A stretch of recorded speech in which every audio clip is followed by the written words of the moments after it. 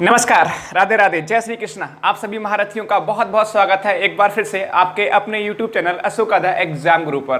प्यारे साथियों, आप लगातार हर वीडियो पर हमें कमेंट्स कर रहे हैं कि सर हमें राजन सीरी डीएलएड 4th सेमेस्टर गणित के प्रश्नों को हल कराइए। तो मेरे प्यारे साथियों, आप सभी की डिमांड पर हम आज आप सभी साथियों के लिए महा मैराथन क्लास लेकर आए हैं, जिसमें राजन सीरीज डीएलएड 4th सेमेस्टर गणित में बहुविकल्पीय प्रश्नों को डिस्कस करेंगे।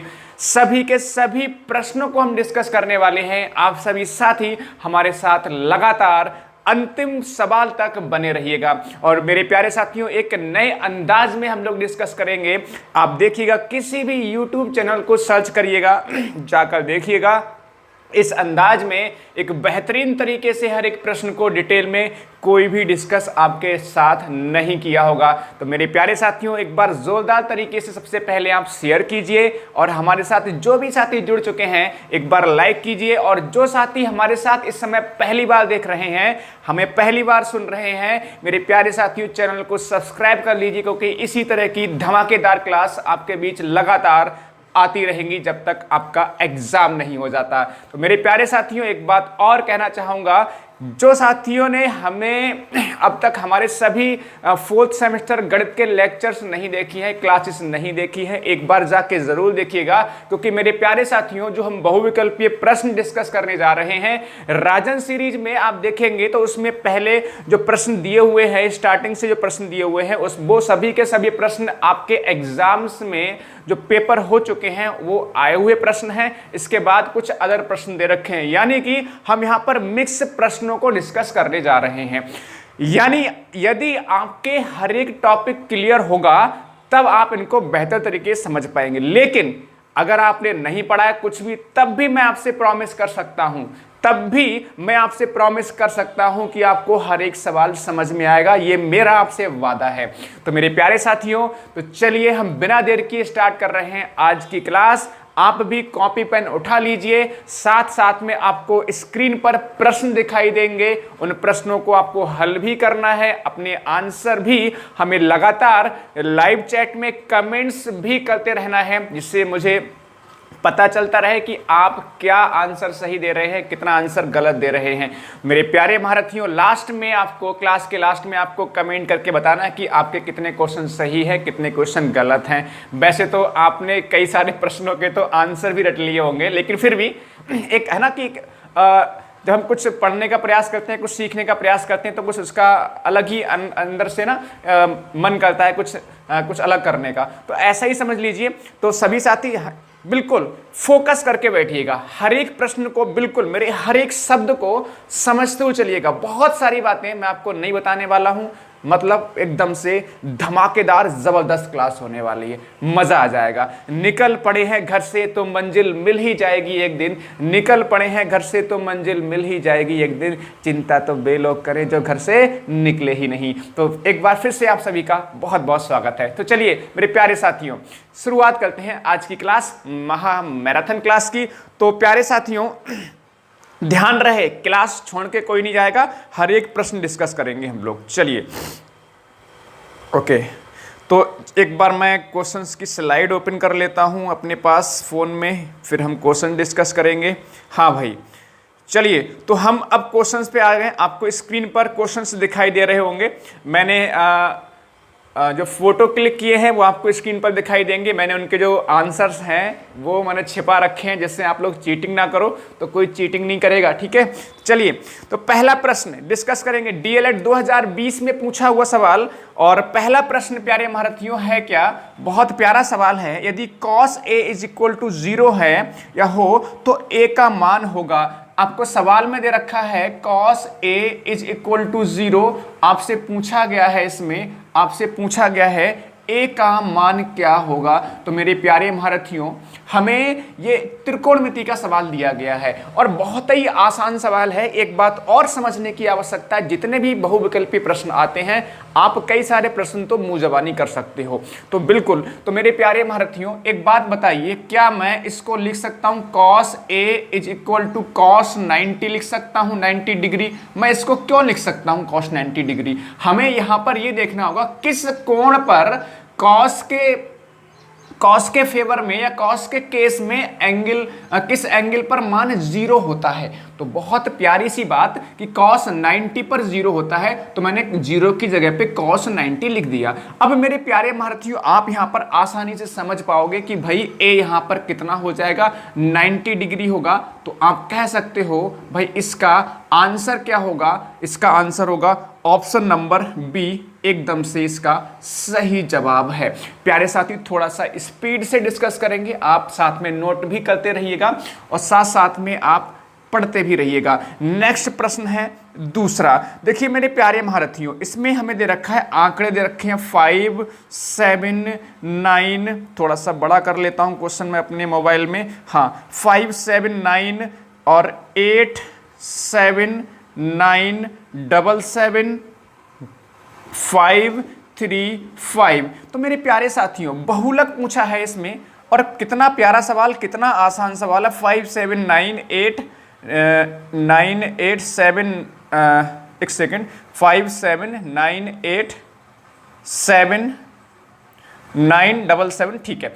तो इसमें बहुलक होता क्या है, बहुलक होता है जो सबसे ज्यादा बार आए। तो आप इसमें पहचान सकते हो ऐसा कौन सा नंबर है जो सबसे अधिक बार आया है। तो आप कहेंगे सर 7 जो संख्या है ना, वो सबसे ज्यादा बार दिखाई दे रही होगी, और यही हमारा बहुलक होता है ना। कितना प्यारा सवाल, कितना आसान सवाल। तो इसमें आंसर क्या होगा, 7, यानी कि ऑप्शन नंबर ए प्यारे महारथियों इसका सही जवाब होगा।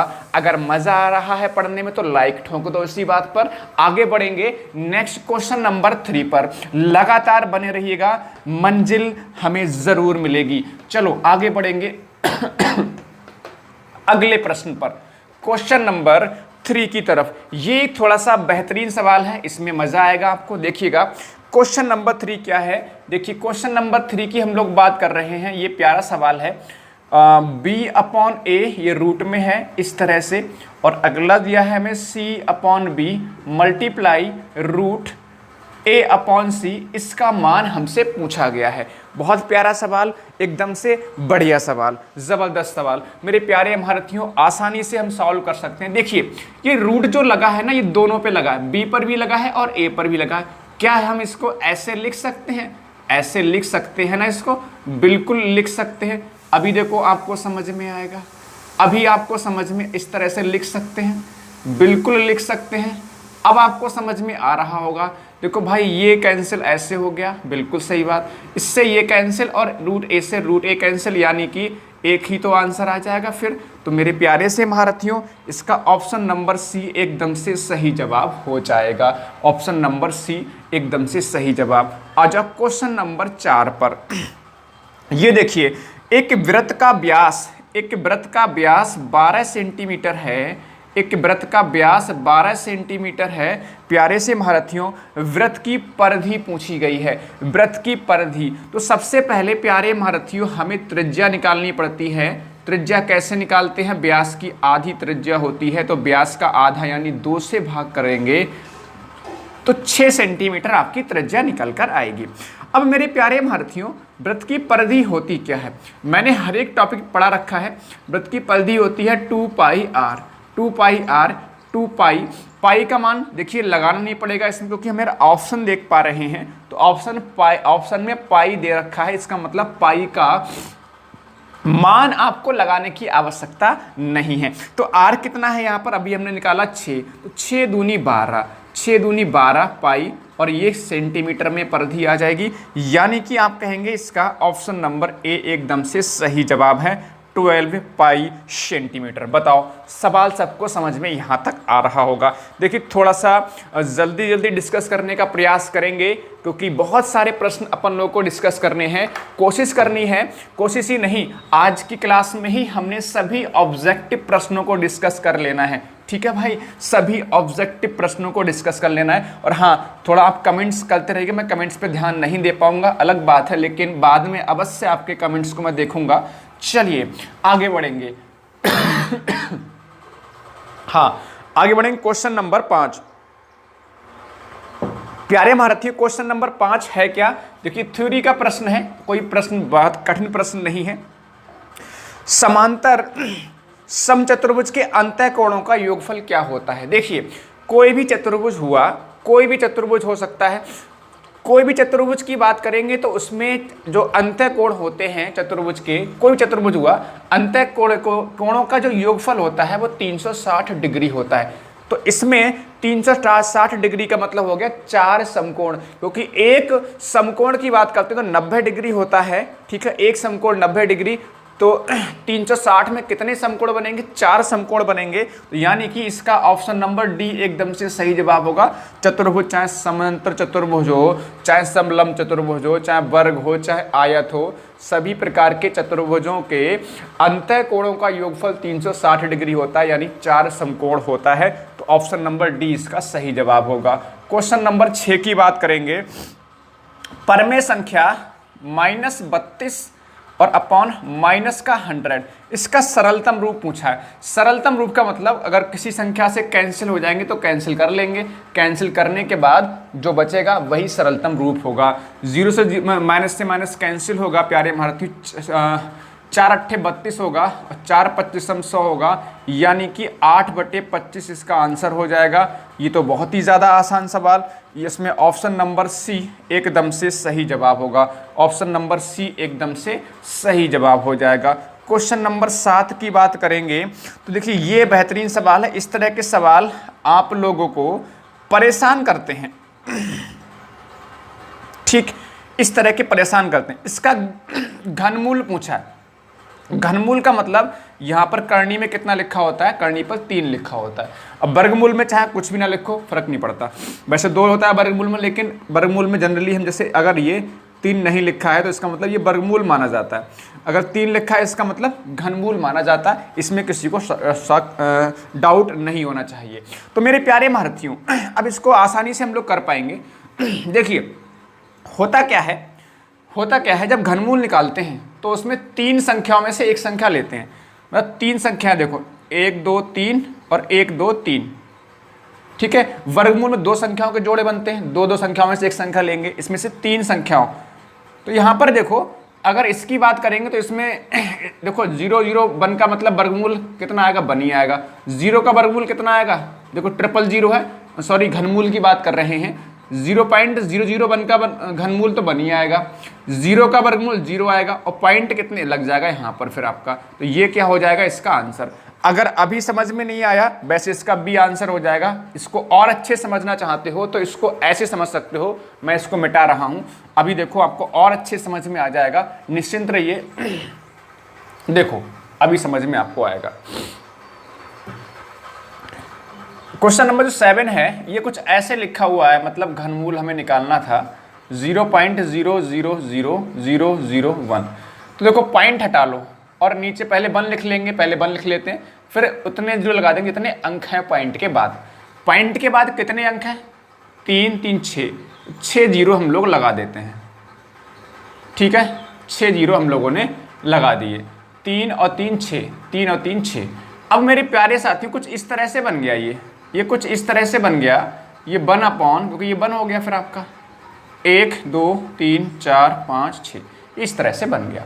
अब यहाँ पे देख सकते हो घनमूल निकालेंगे तो 1 का घनमूल तो 1 ही आएगा, जबकि हम अगर इसका घनमूल निकालेंगे तो देखो समझा रहा हूँ, समझाने की इतनी आवश्यकता वैसे तो नहीं लग रही मुझे है।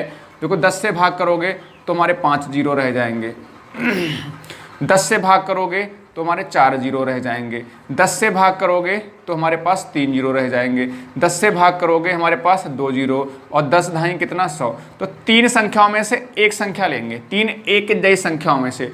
तो देखो घनमूल का मतलब यहाँ पर इसका घनमूल कितना हो गया 10, ये घनमूल 10 हो गया, यहाँ से निकालो कितना हो गया 10, तो 10 ढाई कितना हो गया 100। तो 100 से हम लोगों ने भाग करना है तो 2 जीरो हटाएंगे और 2 के बाद पॉइंट लग जाएगा, 1 और 0 लग जाएगा और पॉइंट आ जाएगा, तो आंसर 0.01 आपका हो जाएगा। तो मैंने समझा दिया विस्तार से, आवश्यकता इसकी थी नहीं, फिर भी समझा दिया। चलिए आगे बढ़ेंगे अगले सवाल की तरफ। आगे नेक्स्ट क्वेश्चन नंबर 8, इसी तरह से करते रहना है, हर एक सवाल हम लोग डिस्कस कर जाएंगे, चिंता ना करिए। एक सेकंड रुकिएगा, जरा थोड़ा सा रुकिएगा। क्वेश्चन नंबर, जब तक क्वेश्चन नंबर 8 आप लोग जल्दी से फटाफट सॉल्व कीजिएगा प्यारे महारथियों, जल्दी से सभी साथी कमेंट करके अपना आंसर बताएंगे क्वेश्चन नंबर 8 का। क्वेश्चन नंबर 8 का आंसर क्या होगा? क्वेश्चन नंबर 8 बहुत आसान सवाल है।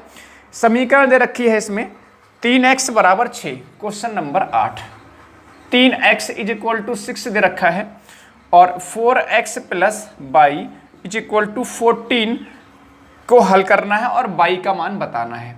तो पहले देखो इससे x का मान निकाल सकते हो, 3 दूनी 6 यानी x बराबर कितना आ गया 2, तो x बराबर 2 आ गया, इसमें रख देंगे तो x बराबर 2 रखोगे तो ये कुछ इस तरह से बनेगा प्यारे महारथियों, 4 दूनी 8 और plus y is equal to 14, तो बाई बराबर हो जाएगा 14 माइनस 8 यानी कि 6 इसका आंसर हो जाएगा।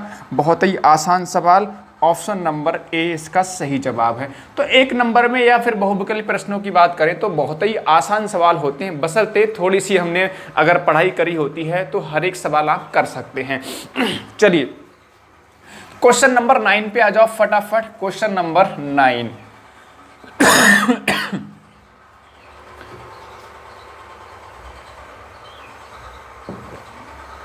क्वेश्चन नंबर 9 देखिएगा, इसमें शायद ऑप्शन गलत दिया हुआ है, मतलब आंसर गलत दिया है इसमें। Sine 60 degree upon cos 30 degree, cos 30 degree. देखिए साइन 60 का मान होता है √3/2 और साइन 60 का मान √3/2, कॉस 30 का मान होता है 1/2। कॉस 30 का मान कॉस 30 का मान भी आपका √3/2 होता है। cos 30 का मान भी √3, साइन 60 का जितना मान होता है cos 30 का भी उतना ही मान होता है। तो प्यारे साथी ये कैंसिल हो जाएगा, एक एकम एक बन जाएगा, यानी एक ही तो आंसर आएगा। ठीक है, एक आंसर आएगा इसका, यानी कि आंसर दिया है इसमें ए, जबकि होना चाहिए बी ऑप्शन। इसको सही कर लीजिएगा, एक आंसर आएगा, क्योंकि साइन 60 की वैल्यू भी √3/2 होती है, अपॉन में cos 30 की वैल्यू भी √3/2, तो कैंसिल होके केवल एक ही आ जाएगा। अगला सवाल क्वेश्चन नंबर 10। क्वेश्चन नंबर 10 क्या है प्यारे महारथियों, cot 30 का मान और अपॉन tan 45 का मान। तो प्यारे से महारथियों बहुत ही आसान है, cot 30 इसका मान होता है √3, ठीक है, और tan 45 का मान होता है 1, तो इसका आंसर होगा √3। अब देखिए इसमें भी गलत दिया हुआ है, इसमें ए ऑप्शन दे रहे हैं, जबकि ऑप्शन नंबर बी इसका सही जवाब होगा। तो ये भी सही कर लीजिएगा, अपनी जो भी राजन सीरीज आपके पास है आपकी बुक में सही कर लीजिएगा। इसमें भी बी है हमारा क्वेश्चन नंबर 9 में, और 10 में भी बी होगा। इसमें दोनों आंसर गलत दिए हुए हैं, इसको सही कर लीजिएगा। देखिए इसमें एक बात ध्यान रखेंगे, मैंने सब कुछ पढ़ा रखा है, कैसे करके इनकी वैल्यूज याद रखनी है। मैं आपका जो देख पा रहे होंगे इस समय डिस्क्रिप्शन में मैंने इसका लिंक भी डाल दिया है, मतलब जितने भी लेक्चर्स मैंने पढ़ाए हैं, क्लासेस पढ़ाई हैं, सबका मैंने लिंक भी आपका डिस्क्रिप्शन में डाल रखा है। मज़ा आ रहा है भाई तो एक बार लाइक कर दो। अब क्वेश्चन नंबर 11 पे आ जाओ। क्वेश्चन नंबर 11 पे आ जाओ। क्वेश्चन नंबर 11 की हम लोग बात करेंगे प्यारे साथियों।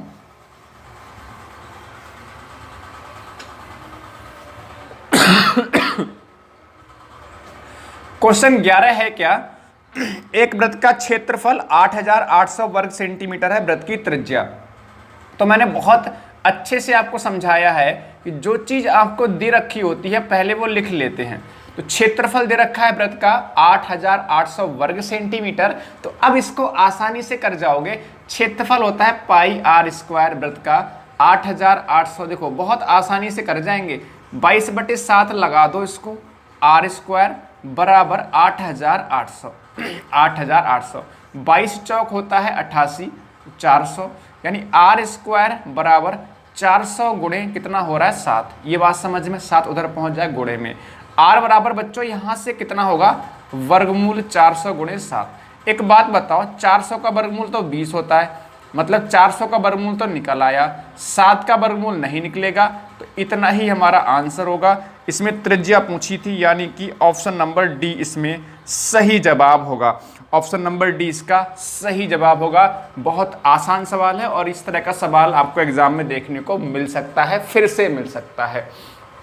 बात क्लियर यहां तक? आगे बढ़ेंगे नेक्स्ट सवाल की तरफ, क्वेश्चन नंबर 12 की तरफ। क्वेश्चन नंबर 12 की तरफ चलेंगे। क्वेश्चन नंबर 12 अच्छा सवाल है, ध्यान से देखिएगा। पिछली क्लास में मैंने इस तरह के सवाल भी डिस्कस किए थे। 2x² minus x minus 1 is equal to 0 के हल पूछे हैं। तो मैंने आपको बताया था कि इसकी और इसकी गुणा होती, जो भी संख्या यहाँ पे लिखी होती गुणा होती, 2 एकम 2, 2 के हमने फैक्टर करने हैं ऐसे, तो 2 के फैक्टर 1 और गुणे 2 होगा, यानी 1 दूनी 2 होगा। और यहाँ पर जो साइन लगा होता है, जो साइन यहाँ पर लगा होता है वही काम करते हैं, यानी घटाने का साइन लगाया तो घटाने पर देखो, अच्छा यहाँ पर कुछ नहीं तो यहाँ पर कितना मानोगे, यहाँ 1 मानोगे, बेहद आसान सी बात। तो 2 में से 1 घटेगा, 2 में से 1 घटेगा, 1 बच जाएगा। देखो 2 की गुणा 1 से, 2 एकम 2, 2 के फैक्टर करेंगे तो 1 गुणे 2 यानी 1 दूनी 2 बनता है। और यहाँ पर आपका 1 है तो घटाने पर देखो 1 बन रहा है नहीं बन रहा, 2 में से घटेगा 1 बच जाएगा। इस तरह की और भी सवाल करने के लिए मैंने आपको ऑलरेडी पहले से पढ़ा रखा है, क्लास जाके देख लीजिएगा। तो यहाँ पर 2 माइनस 1 हमने इसको लिख लिया और बाहर x minus 1 is equal to 0।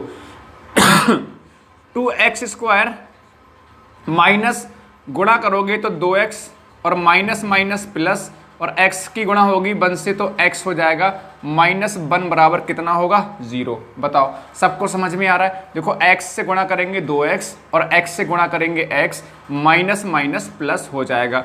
यहाँ से कुछ कॉमन लो, यहाँ से कुछ कॉमन लो, यहाँ से प्यारे महारथियों 2x बाहर ले सकते हो, यहाँ से 2x बाहर लोगे तो अंदर x बचेगा, और 2x यहाँ से बाहर लोगे तो केवल माइनस का 1 बचेगा। यहाँ से कुछ कॉमन नहीं होता, वहाँ से केवल एक कॉमन ले लेते हैं, ठीक है। जहाँ से कुछ भी कॉमन ना हो वहाँ से एक कॉमन हम लोग ले लेते हैं। तो प्यारे साथियों ये वैल्यू और ये वैल्यू सेम है। तो यानी कि हम ऐसे कह सकते हैं कि x माइनस 1 अगर हमने पूरी इक्वेशन से बाहर लिया तो 2x प्लस 1 बचेगा या नहीं बचेगा, बिल्कुल बचेगा। 2x ही बच रहा है, 1 आपका ये बच रहा है। बात समझ में आ रही। तो x माइनस 1 बराबर 0 एक बार कर लेंगे तो x बराबर यहाँ से 1 आ जाएगा, इधर 2x plus 1 is equal to 0 कर लेंगे तो 2x बराबर आपका माइनस का आएगा, तो x बराबर माइनस का 1/2 हो जाएगा। तो जो इसकी वैल्यू आ रही है 1 और माइनस का 1/2, यानी कि इसका ऑप्शन नंबर ए ठीक होगा। ये थोड़ा सा बड़ा सवाल बोल सकते हैं, अगर आपकी प्रैक्टिस अच्छी है तो आप इसको बहुत जल्दी कर सकते हैं, वरना थोड़ी सी मशक्क़त आपको करनी इस सवाल में पड़ी है। तो घबराए नहीं, सवाल आसान पूछे जाते हैं, जो आपने पढ़ा होता है उसी में सवाल आते हैं, जो आपका सिलेबस है उसी में से ही आपके सवाल पूछे जाते हैं। मेरे प्यारे भारतीयों अगले सवाल की तरफ चलेंगे, क्वेश्चन नंबर 13 की तरफ। क्वेश्चन नंबर 13,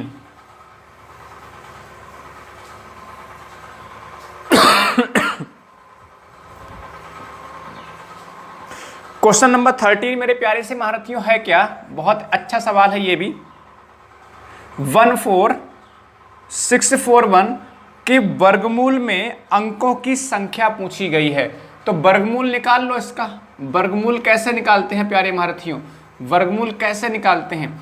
देखो वर्गमूल में क्या होता है, बाईं तरफ से या दाहिनी तरफ से जोड़े बनाते हैं, एक जोड़ा और दूसरा जोड़ा, जिसका जोड़ा नहीं बनता वो ऐसे रह जाता है। तो इसका वर्गमूल निकालो। वैसे तो आप इसका आंसर डायरेक्ट टिक कर सकते हो, क्योंकि भैया इसका एक जोड़ा जब उतारेंगे ये वाला तब आपका 1 अंक आ जाएगा ऊपर, ये उतारेंगे तब भी आपका 1 अंक आएगा, और 1 एकम करेंगे 3 अंक जाके आएंगे। लेकिन फिर भी मैं आपको सॉल्व करके बता रहा हूँ, क्योंकि सॉल्व करके बताऊंगा तो आप आसानी से अच्छे से समझ पाएंगे। देखो एक काम कर लेते हैं, सॉल्व करो। 1 एकम कितना, 1 एकम 1, कुछ नहीं बचा यहाँ पर, अगला जोड़ा उतार लिया, और 1 में 1 ही जोड़ेंगे तो ये 2 बन जाएगा। अच्छा अब यहाँ पर देखो 22, जितना यहाँ लिखेंगे उतना ही यहाँ लिखेंगे, तो 2 दूनी कितना, यानी 22 दूनी कितना 44, 2 बचा, और ये जोड़ा हमने फिर से आगे उतार लिया। ठीक है, 22 जितना हमने भाग, जितना यहाँ पे लिखा है उतना ही जोड़ लेते हैं इसमें। तो 22 दूनी कितना, 22 और 2 कितना 24। अब 1 यहाँ जाएगा, 1 यहाँ जाएगा, तो देखो 241 से कम 241 हो जाएगा, कुछ नहीं बचेगा। तो आंसर कितना आ रहा है, 241 आ रहा है। और इसमें कितने अंक है, 1 2 और 3 अंक हैं। तो इसका आंसर जो होगा ऑप्शन नंबर कौन सा ठीक होगा, ऑप्शन नंबर सी इसका ठीक हो जाएगा। मैंने ये भी पढ़ा रखा है, सब कुछ पढ़ाया है, वर्गमूल कैसे निकालते हैं, घनमूल कैसे निकालते हैं, जितने भी मेथड्स हैं, जितने भी आपको पढ़ना है सब कुछ मैंने आपको पढ़ा रखा है। चलिए आगे बढ़ेंगे नेक्स्ट क्वेश्चन की तरफ। क्वेश्चन नंबर नेक्स्ट है 14। क्वेश्चन नंबर नेक्स्ट है क्वेश्चन नंबर 14। प्यारे भारतीयों, है क्या किसी चतुर्भुज के किन्हीं 3 कोणों का योगफल 285 अंश है। चौथे कोण की माप पूछी गई है। एक बात बताओ, चतुर्भुज के चारों कोणों का योगफल कितना होता है? चतुर्भुज के चारों अंत कोणों का योगफल 360 अंश होता है, जबकि ये कह रहे हैं 3 कोणों का योगफल 285 है। अगर 3 कोणों का योगफल 285 है और चौथा हमने x मान लिया, तो सबका योगफल किसके बराबर होगा? ठीक, क्वेश्चन नंबर ये 14 है आपका, किसके बराबर होगा? 360 अंश के बराबर होगा। तो मेरे प्यारे महारथी, ये 3 कोणों का योगफल, ये चौथा कोण, तो चारों कोणों को मिलाकर कितना हो रहा है? 360। तो x बराबर कितना हो जाएगा? 360 अंश और माइनस 285 अंश। तो घटा दो, 10 में से 5 जाएगा 5, 15 में से 8 जाएगा 7, और यही हमारा आंसर होगा। आप सभी साथियों को अच्छे से समझ में आ रहा होगा। तो इसका आंसर हो जाएगा ऑप्शन नंबर बी, सही होगा। अब देखो, ये बढ़िया सवाल है। Question number 15। एक पासा फेंकने पर प्रतिदर्श समिष्ट में अभाज्य संख्या के अवयवों की संख्या। इसमें भी आंसर आपका गलत दिया हुआ है। देखिए, जब हम पासा फेंकते हैं तो क्या क्या आ सकता है? 1 आ सकता है, 2 आ सकता है, 3 आ सकता है, 4 आ सकता है, 5 आ सकता है, 6 आ सकता है। इन 6 संभावनाएं होती है आने की। जब पासा फेंकते हैं आप, तो इनमें से कोई भी अंक आ सकता है। अब ये कह रहे हैं हमारा क्या है? अभाज्य संख्या। तो अभाज्य संख्या एक तो 2 है और 3 है और 5। तो कितनी, देखो दिखाई दे रहा है, कितने अवयव हैं? 3 अवयव हैं, नहीं बताओ जरा। तो अवयवों की, अभाज्य अवयवों की संख्या कितनी हो रही है? 3 हो रही है। अब ये जो है, तो आंसर होगा इसका option number D. Option number D इसका सही होगा। ठीक है, इसमें बोल रहे हैं कि 1 होगा। 1 नहीं भाई, इसमें आंसर गलत दिया हुआ है, क्योंकि भैया अभाज्य संख्या 2 भी होती है, 3 भी होती है, 5। एक अभाज्य संख्या नहीं होती, ध्यान रखिएगा, एक विषम संख्या होती है। ये भी मैंने आपको सबको पढ़ा रखा है। तो 2, 3, 5 यानी 3 अवयव हो रहे हैं। तो आंसर होगा इसका ऑप्शन नंबर डी। अब देखो क्वेश्चन नंबर 16। जो क्वेश्चन नंबर 16 की तरह ही एक सवाल हम ऑल डिस्कस कर चुके थे अभी ऊपर, घनमूल उसमें पूछा गया था। यहाँ पर भी घनमूल पूछा गया है, ये भी सवाल पूछा हुआ है और वो भी सवाल पूछा हुआ था। तो कई बार देखो सवाल रिपीट भी होते हैं, बस संख्या थोड़ी सी चेंज कर देते हैं। क्वेश्चन नंबर 16 की बात करेंगे प्यारे भारतीयों, तो है क्या? 0.00000 और ये हमारा 8 इस तरह से है। ठीक है, इससे घनमूल निकालेंगे प्यारे साथी। तो मैंने क्या तरीका बताया कि 3 संख्याएं देखो, तो देखो इसका घनमूल कितना आ गया? 2 आ गया। इसका घनमूल 0 का 0 आएगा और पॉइंट लगा दो, यही हमारा क्या हो जाएगा? आंसर हो जाएगा 0.02, यानी कि आपका बी ऑप्शन एकदम से इसमें सही है। ठीक है, किसी साथी को दिक्कत तो नहीं है? जैसे मान लीजिए, एक एग्जाम्पल और बता रहा हूं, आपको समझ में आ जाएगा। जैसे मान लो ऐसे दिया हुआ है, ये कोई ऐसे सवाल दिया हुआ है, ये ऐसे सवाल दिया हुआ है, तो घनमूल कैसे निकालोगे? 3 संख्याएं 3 अंक 3 अंक। तो इसका कितना आ गया? 4 चौक 16 चौका 64, घनमूल 4 आ जाएगा, इसका 0 आ जाएगा और पॉइंट लगा दिया, ये आंसर हो जाएगा। चलो आगे बढ़ेंगे। Next question number 17। Next question number 17। Question number 17 है क्या? क्वेश्चन नंबर 17 है परमेय संख्या -4/5 तथा 8/15 का भागफल। देखिए 8/15 से ही भाग करने को बोल रहे हैं, 8/15 से ही भाग करने को बोलना है, किसको? -4/5 को। ध्यान रखेंगे मेरे प्यारे से महारथियों, प्यारे से बच्चों, यहाँ पर जब गुणे का साइन बदलता है या भाग की जगह पर गुणा साइन जब लिखते हैं, तो बाद वाली जो भिन्न होती है वो पलट जाती है, यानी 15/8 हो जाएगी। अब इसको हम सॉल्व कर सकते हैं, 4 दूनी 8 और 5 तियां 15 और माइनस का साइन भी है, तो माइनस का 3/2 इसका आंसर हो जाएगा, यानी कि सी एकदम से इसका करेक्ट आंसर होगा। बात सबको समझ में अच्छे से आ रही होगी। अब देखो क्वेश्चन नंबर 18। तो घनमूल के सवाल तो भैया बहुत पूछे गए हैं। 3 सही 3/8 का घनमूल, तो देखो 8 तियां 24 होगा, 24 और 3 27। देखो पहले गुणा होती है फिर जोड़ते हैं, 8 तियां 24 और 3 27 बटे कितना? 8। 27/8 का घनमूल निकालना है बच्चों। तो घनमूल में क्या देखो, 27 का घनमूल 3 आ जाएगा और 8 का घनमूल कितना आ जाएगा? 2। 3/2 इसका आंसर हो जाएगा। ठीक है, 27 का घनमूल कैसे निकलेगा? जिनको नहीं आता निकाल सकते हो, 3 नेम 27 और 3 तियां 9। तो मैंने कहा भैया 3 एक जैसी संख्याओं में से एक संख्या आ गई, संख्या देखो 3 3 बार है तो 1 आ गया बाहर 3। ऐसे ही 2 गुणे 2 गुणे 2 या 2 दूनी 4 दूनी 8 बनता है, तो 8 के फैक्टर करेंगे तो 3 बार 2 आएगा, तो उसमें से 1 2 बाहर ले लिया, 3/2 इसका आंसर हो जाएगा। तो इसका आंसर होगा 3/2। कौन सा ऑप्शन हो रहा है भाई? ऑप्शन नंबर सी इसमें एकदम से सही जवाब है। ऑप्शन नंबर सी एकदम से इसका सही जवाब है। बताओ, क्वेश्चन नंबर 18 तक पहुंचे हैं, अभी हम 1/4 पर ही पहुंचे हैं। कोई नहीं, परेशान ना हो, धीरे धीरे स्पीड और बढ़ती चली जाएगी। निश्चिंत रहो, हर एक सवाल हम डिस्कस कर रहे हैं आप सभी के साथ मिलकर, आपको बस हमारे साथ लास्ट तक बने रहना है। अगले सवाल पे आ जाओ, क्वेश्चन नंबर 19। अच्छा सवाल है। क्वेश्चन नंबर 19 है क्या? क्वेश्चन नंबर 19, एक वर्ग का विकर्ण दे रखा है, वर्ग का विकर्ण दे रखा है 5√2 सेंटीमीटर, और प्यारे साथियों, प्यारे महारथियों, वर्ग का विकर्ण होता है भुजा √2। तो ये इस तरह से मैंने इसका विकर्ण का फॉर्मूला लगा दिया यहाँ पर, और ये दे रखा था √2 से √2 कैंसिल, यानी a यहाँ से 5 सेंटीमीटर आ जाएगा, और यही हमसे पूछा गया था। तो ऑप्शन नंबर बी इसका एकदम से सही जवाब है। क्वेश्चन नंबर 20 की बात करेंगे प्यारे महारथियों। प्रथम 10 विषम संख्याओं का औसत। देखिए, माध्य, औसत माध्य का मतलब होता है पदों का योगफल। क्या होता है? पदों का योग, पदों का योग बटे पदों की संख्या, पदों की संख्या। तो पद कितने हैं इसमें समझ में आ रहा है? 10 पद हैं, यानी 10 संख्या लिखनी है प्रथम। कौन सी? विषम। तो पहली हो गई 1, दूसरी हो गई 3, फिर 5, फिर 7, फिर 9, फिर 11, फिर 13। विषम का मतलब 2 से ना कटे, तो 1 2 3 4 5 6 7, फिर 8 हो गई, फिर 9, फिर 10, ये जाके हो जाती हैं। 1 3 5 7 9 11 13 15 17 19। कितने से भाग करेंगे? इसमें 10 से भाग करेंगे। 10 संख्याएं हैं, जोड़ लो फटाफट से। देखो, 5 3 8 1 9 7 16, 16 9 कितना हो जा रहा है? 25, 25 और 1 26, 26 10 हो गया 36, 36 3 39, 39 10 49, 49 और 5 54, 10 कितना हो रहा है? 54 और 10 कितना हो जाएगा आपका? 64, 64 और 7 हो गया आपका 71, 71 10 हो गया कितना? 71 10 हो गया 81, 81 9 90 और ये 100। तो 100 बटे कितना हो जा रहा है? 100 बटे 10। तो आंसर कितना आ गया प्यारे महारथियों? इसका 10 आंसर हो गया। ये हमारा क्या हो गया? औसत माध्य। ठीक है, औसत माध्य। बात सबको समझ में आ रही होगी। औसत माध्य होता क्या है?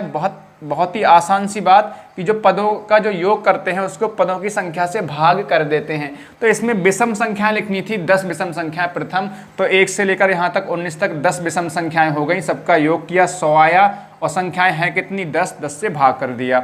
अगर ट्रिक अगर याद रखना चाहते हो यूपी टेट या सी टेट किसी भी एग्जाम के हिसाब से, तो बहुत आसान सी बात है कि प्रथम जब भी शब्द लगा होता है, जितनी संख्याएं होती है उतना ही इसका एवरेज होता है, उतना ही औसत माध्य होता है। तो 10 संख्याएं हैं तो एवरेज भी 10, 11 संख्याएं तो एवरेज भी 11, 12 संख्याएं तो एवरेज भी 12, 13 संख्याएं तो एवरेज भी 13, 20 संख्याएं तो एवरेज भी 20। तो इस सवाल में आप डायरेक्ट आंसर टिक कर सकते थे। प्रथम 10 विषम संख्याओं का औसत माध्य पूछा है तो 10 ही इसका आंसर होगा, इसमें कुछ करने की आवश्यकता नहीं थी। लेकिन आपको अगर 1 नंबर में सॉल्व करने को बोला जाएगा तो आप इस तरह से आप लिख के सॉल्व करोगे। फिलहाल ये बहुविकल्प प्रश्न था तो इसमें डायरेक्ट आंसर टिक कर देते हैं। चलिए आगे बढ़ेंगे, अगले सवाल की तरफ चलेंगे। Question number 21। क्वेश्चन नंबर 21 में जल्दी से बताओ क्या आंसर होगा।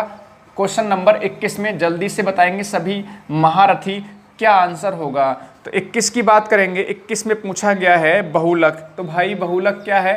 0 0 1 2 3 4। तो इसमें बहुलक का मतलब जो सबसे ज़्यादा बार आ जाए, ज़्यादा बार 0 आ रहा है तो इसका आंसर क्या होगा? 0, यानी कि ऑप्शन नंबर ए इसमें सही हो जाएगा। Question number 22। क्वेश्चन नंबर 22, 2 6 10 4 और 8 में माध्यिका बतानी है। तो प्यारे महारथियों, प्यारे साथियों, माध्यिका निकालने के लिए पहले या तो आरोही क्रम में लिखते हैं या फिर अवरोही क्रम में लिखते हैं। तो पहले आरोही क्रम में लिख लेते हैं, बात एक ही है। 2 से बड़ा 4, फिर 6, फिर 8 और फिर 10। ठीक है, फिर पदों की संख्या देखते हैं। n का मतलब पदों की संख्या। कितने पद हैं? 3 और 2 5। और 5 कैसा है? विषम। समझना मेरी बात ध्यान से। दो कंडीशन होती हैं जब हम माध्यिका निकालते हैं, मैंने पढ़ाया है आपको, या तो विषम पद हो सकते हैं या पदों की संख्या सम हो सकती है। जब भी पदों की संख्या विषम होती है तो माध्यिका क्या होती है, n/2 पद, n/2 पद, सॉरी n+1/2 पद। तो n कितना है 5, 5 1/5 + 1/2 और वह पद। तो मेरे प्यारे से महारथियों आप क्या कर सकते हो, 5 और 1 6, 2 से भाग करोगे 3वां पद। तो 3वां पद कौन सा हो रहा है, या तीसरा पद कौन सा हो रहा है, इसमें 6 हो रहा है। तो आंसर कितना हो जाएगा 6। तो इसकी माध्यिका कितनी होगी 6। एक बार फिर समझ लीजिए, सबसे पहला काम होता है माध्यिका निकालते समय आरोही क्रम में या फिर अवरोही क्रम में लिखते हैं। तो आरोही क्रम में लिखा 2 4 6 8 10 बन गया। फिर हमने देखा कि पद कितने हो रहे हैं, 1 2 3 4 और ये 5 पद हो रहे हैं। तो यानी 5 कैसा है, पद कैसा है, पद कैसे हैं, विषम हो गए। तो विषम का माध्यिका कैसे निकालते हैं, n/2 पद, सॉरी n+1/2 पद। तो n कितना है 5, 5 में एक जोड़ा 6 हो गया, 6 को 2 से भाग किया 3, तीसरा पद आ गया। तीसरा पद कौन सा था यहाँ पर, 1 2 3 6 आंसर हो गया इसका। ठीक है, आइए क्वेश्चन नंबर 23 पे आ जाओ। क्वेश्चन नंबर 23 फटाफट डिस्कस करते रहेंगे, आप लोग लगातार कमेंट्स करते रहिए, अपने आंसर कमेंट्स करते रहिए। देखते हैं कि लास्ट में कितने लोग सबसे सही आंसर, किसके सबसे ज़्यादा सही आंसर होते हैं। ठीक है भाई, चलो हाँ, क्वेश्चन नंबर 23। क्वेश्चन नंबर 23 मेरे प्यारे साथियों, इस समय आप देख रहे हैं महामैराथन बहुविकल्पीय प्रश्न राजन सीरीज। क्वेश्चन नंबर 23, 2 की घात में 7 का मान कितना होगा। 2 की घात 7 का मान कर लो भाई, 2 दूनी 4, दूनी 8, दूनी 16, दूनी 32, दूनी 64, दूनी 128, यही आंसर होगा। 1 2 3 4 5 6 7, आंसर 128, यानी ए ऑप्शन इसका सही हो जाएगा। ये तो बहुत आसान सवाल है बच्चों। क्वेश्चन नंबर 24 में अगर देखा जाए तो 4, ये थोड़ा सा सवाल ध्यान समझिएगा। इसमें अगर देखेंगे तो 4, ये 4 × में है, यहाँ पर ये चौथा मूल, जैसे घनमूल निकालते हैं ऐसे चौथा मूल, और यहाँ पर 7, ये कह रहा है किसके समतुल्य है। तो इसमें डी ऑप्शन होगा। डी ऑप्शन क्यों होगा, कोई नहीं, क्योंकि आप देखेंगे तो सभी में तो 4 लिखा है बाहर, वो गुणे में लिखा हुआ है, जबकि यहाँ पर 4 देखो तो 4 का मतलब करनी पर 4 लिखा है, और इनमें किसी में नहीं लिखा इस तरह से। तो इसका ऑप्शन नंबर डी हो जाएगा। बात समझ, इसमें से कोई नहीं ठीक है, इनमें से कोई नहीं। तो कोई यहाँ पर ऑप्शन देखेंगे तो 4 लिखा है, सभी 4, फिर रूट लगा है, फिर 4 की बाद 4 लिखा है, फिर 4 × रूट 256 लिखा है, 4 × 1000 रूट में 1792 लिखा है। तो कहने का मतलब क्या है कि कहीं पर भी आप देखो तो करनी पर 4 नहीं लगा है, सब में वर्गमूल निकाला गया। तो इनमें से ऑप्शन कोई फिट नहीं बैठता। वैसे भी इसको सिंप्लीफाई करोगे तब भी कोई ऑप्शन फिट नहीं बैठता, तो ऑप्शन नंबर डी इसमें हो जाएगा। क्वेश्चन नंबर 25 की बात करेंगे तो क्वेश्चन नंबर 25 में क्या, निम्न में से कौन राशि बड़ी है। कौन राशि, देखो √2 है, √3 है, √5 है, √4 है। देखो सब में वर्गमूल, सभी ऑप्शन में वर्गमूल निकलवाया गया है। तो बेहद आसान सी बात है, जो संख्या बड़ी होगी उसका वर्गमूल ज्यादा आएगा। तो बड़ी कौन सी हो जाएगी, √6। कितना आसान सवाल है बच्चों, √6 बड़ी हो जाएगी, यानी कि बी ऑप्शन एकदम से सही जवाब होगा। ठीक है भाई, यहां तक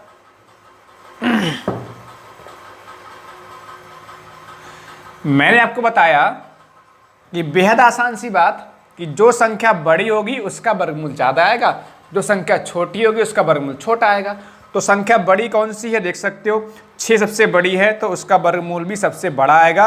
और हमसे बड़ी राशि पूछी गई थी तो √6, सॉरी इसमें √6 नहीं है, √5 होगा बच्चों, √5 होगा, √6 तो है ही नहीं इसमें।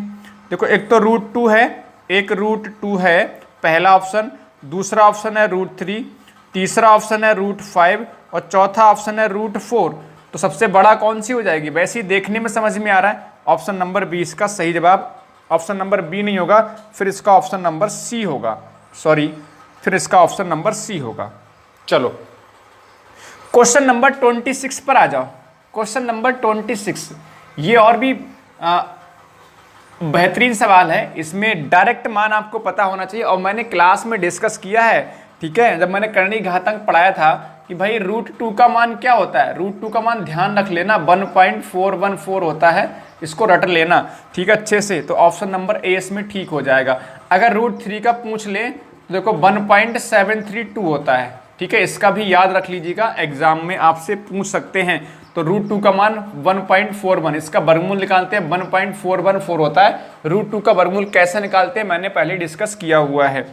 क्वेश्चन नंबर 27 क्या है, करंटली √3 और इंटू √2 का मान ज्ञात कीजिए। देखो जब भी गुणे में होता है तो गुणा कर लेते हैं सीधी सीधे, ऐसे करके बन जाएगा। तो ये √6 हो जाएगा। √6 कौन सा हो रहा है, ऑप्शन नंबर 20 में सही जवाब। 3 दूनी 6 हो गया इस तरह से। अब देखो क्वेश्चन नंबर 28 की बात करेंगे तो √4 प्लस √9, तो इसमें क्या है देखो, अगर गुणा होता तो 9 चौक 36 वर्गमूल में आ जाता, वर्गमूल रूट में 36 आता, लेकिन यहाँ पर प्लस लगा है तो देखो 4 का वर्गमूल 2 हो गया, 9 का वर्गमूल 3, तो 3 और 2 कितना 5। तो इसका आंसर हो जाएगा ऑप्शन नंबर ए सही जवाब। ऑप्शन नंबर ए सही जवाब। बहुत ही जबरदस्त, बहुत ही शानदार, बहुत ही बढ़िया, लाजवाब। ठीक, ये क्वेश्चन नंबर 28 था। क्वेश्चन नंबर 29 पर हम लोग चलते हैं, फटाफट डिस्कस करते रहेंगे जब तक हमारे सभी प्रश्न बहुविकल्पीय सॉल्व नहीं हो जाते। बने रहिएगा हमारे साथ, लगातार बने रहिएगा।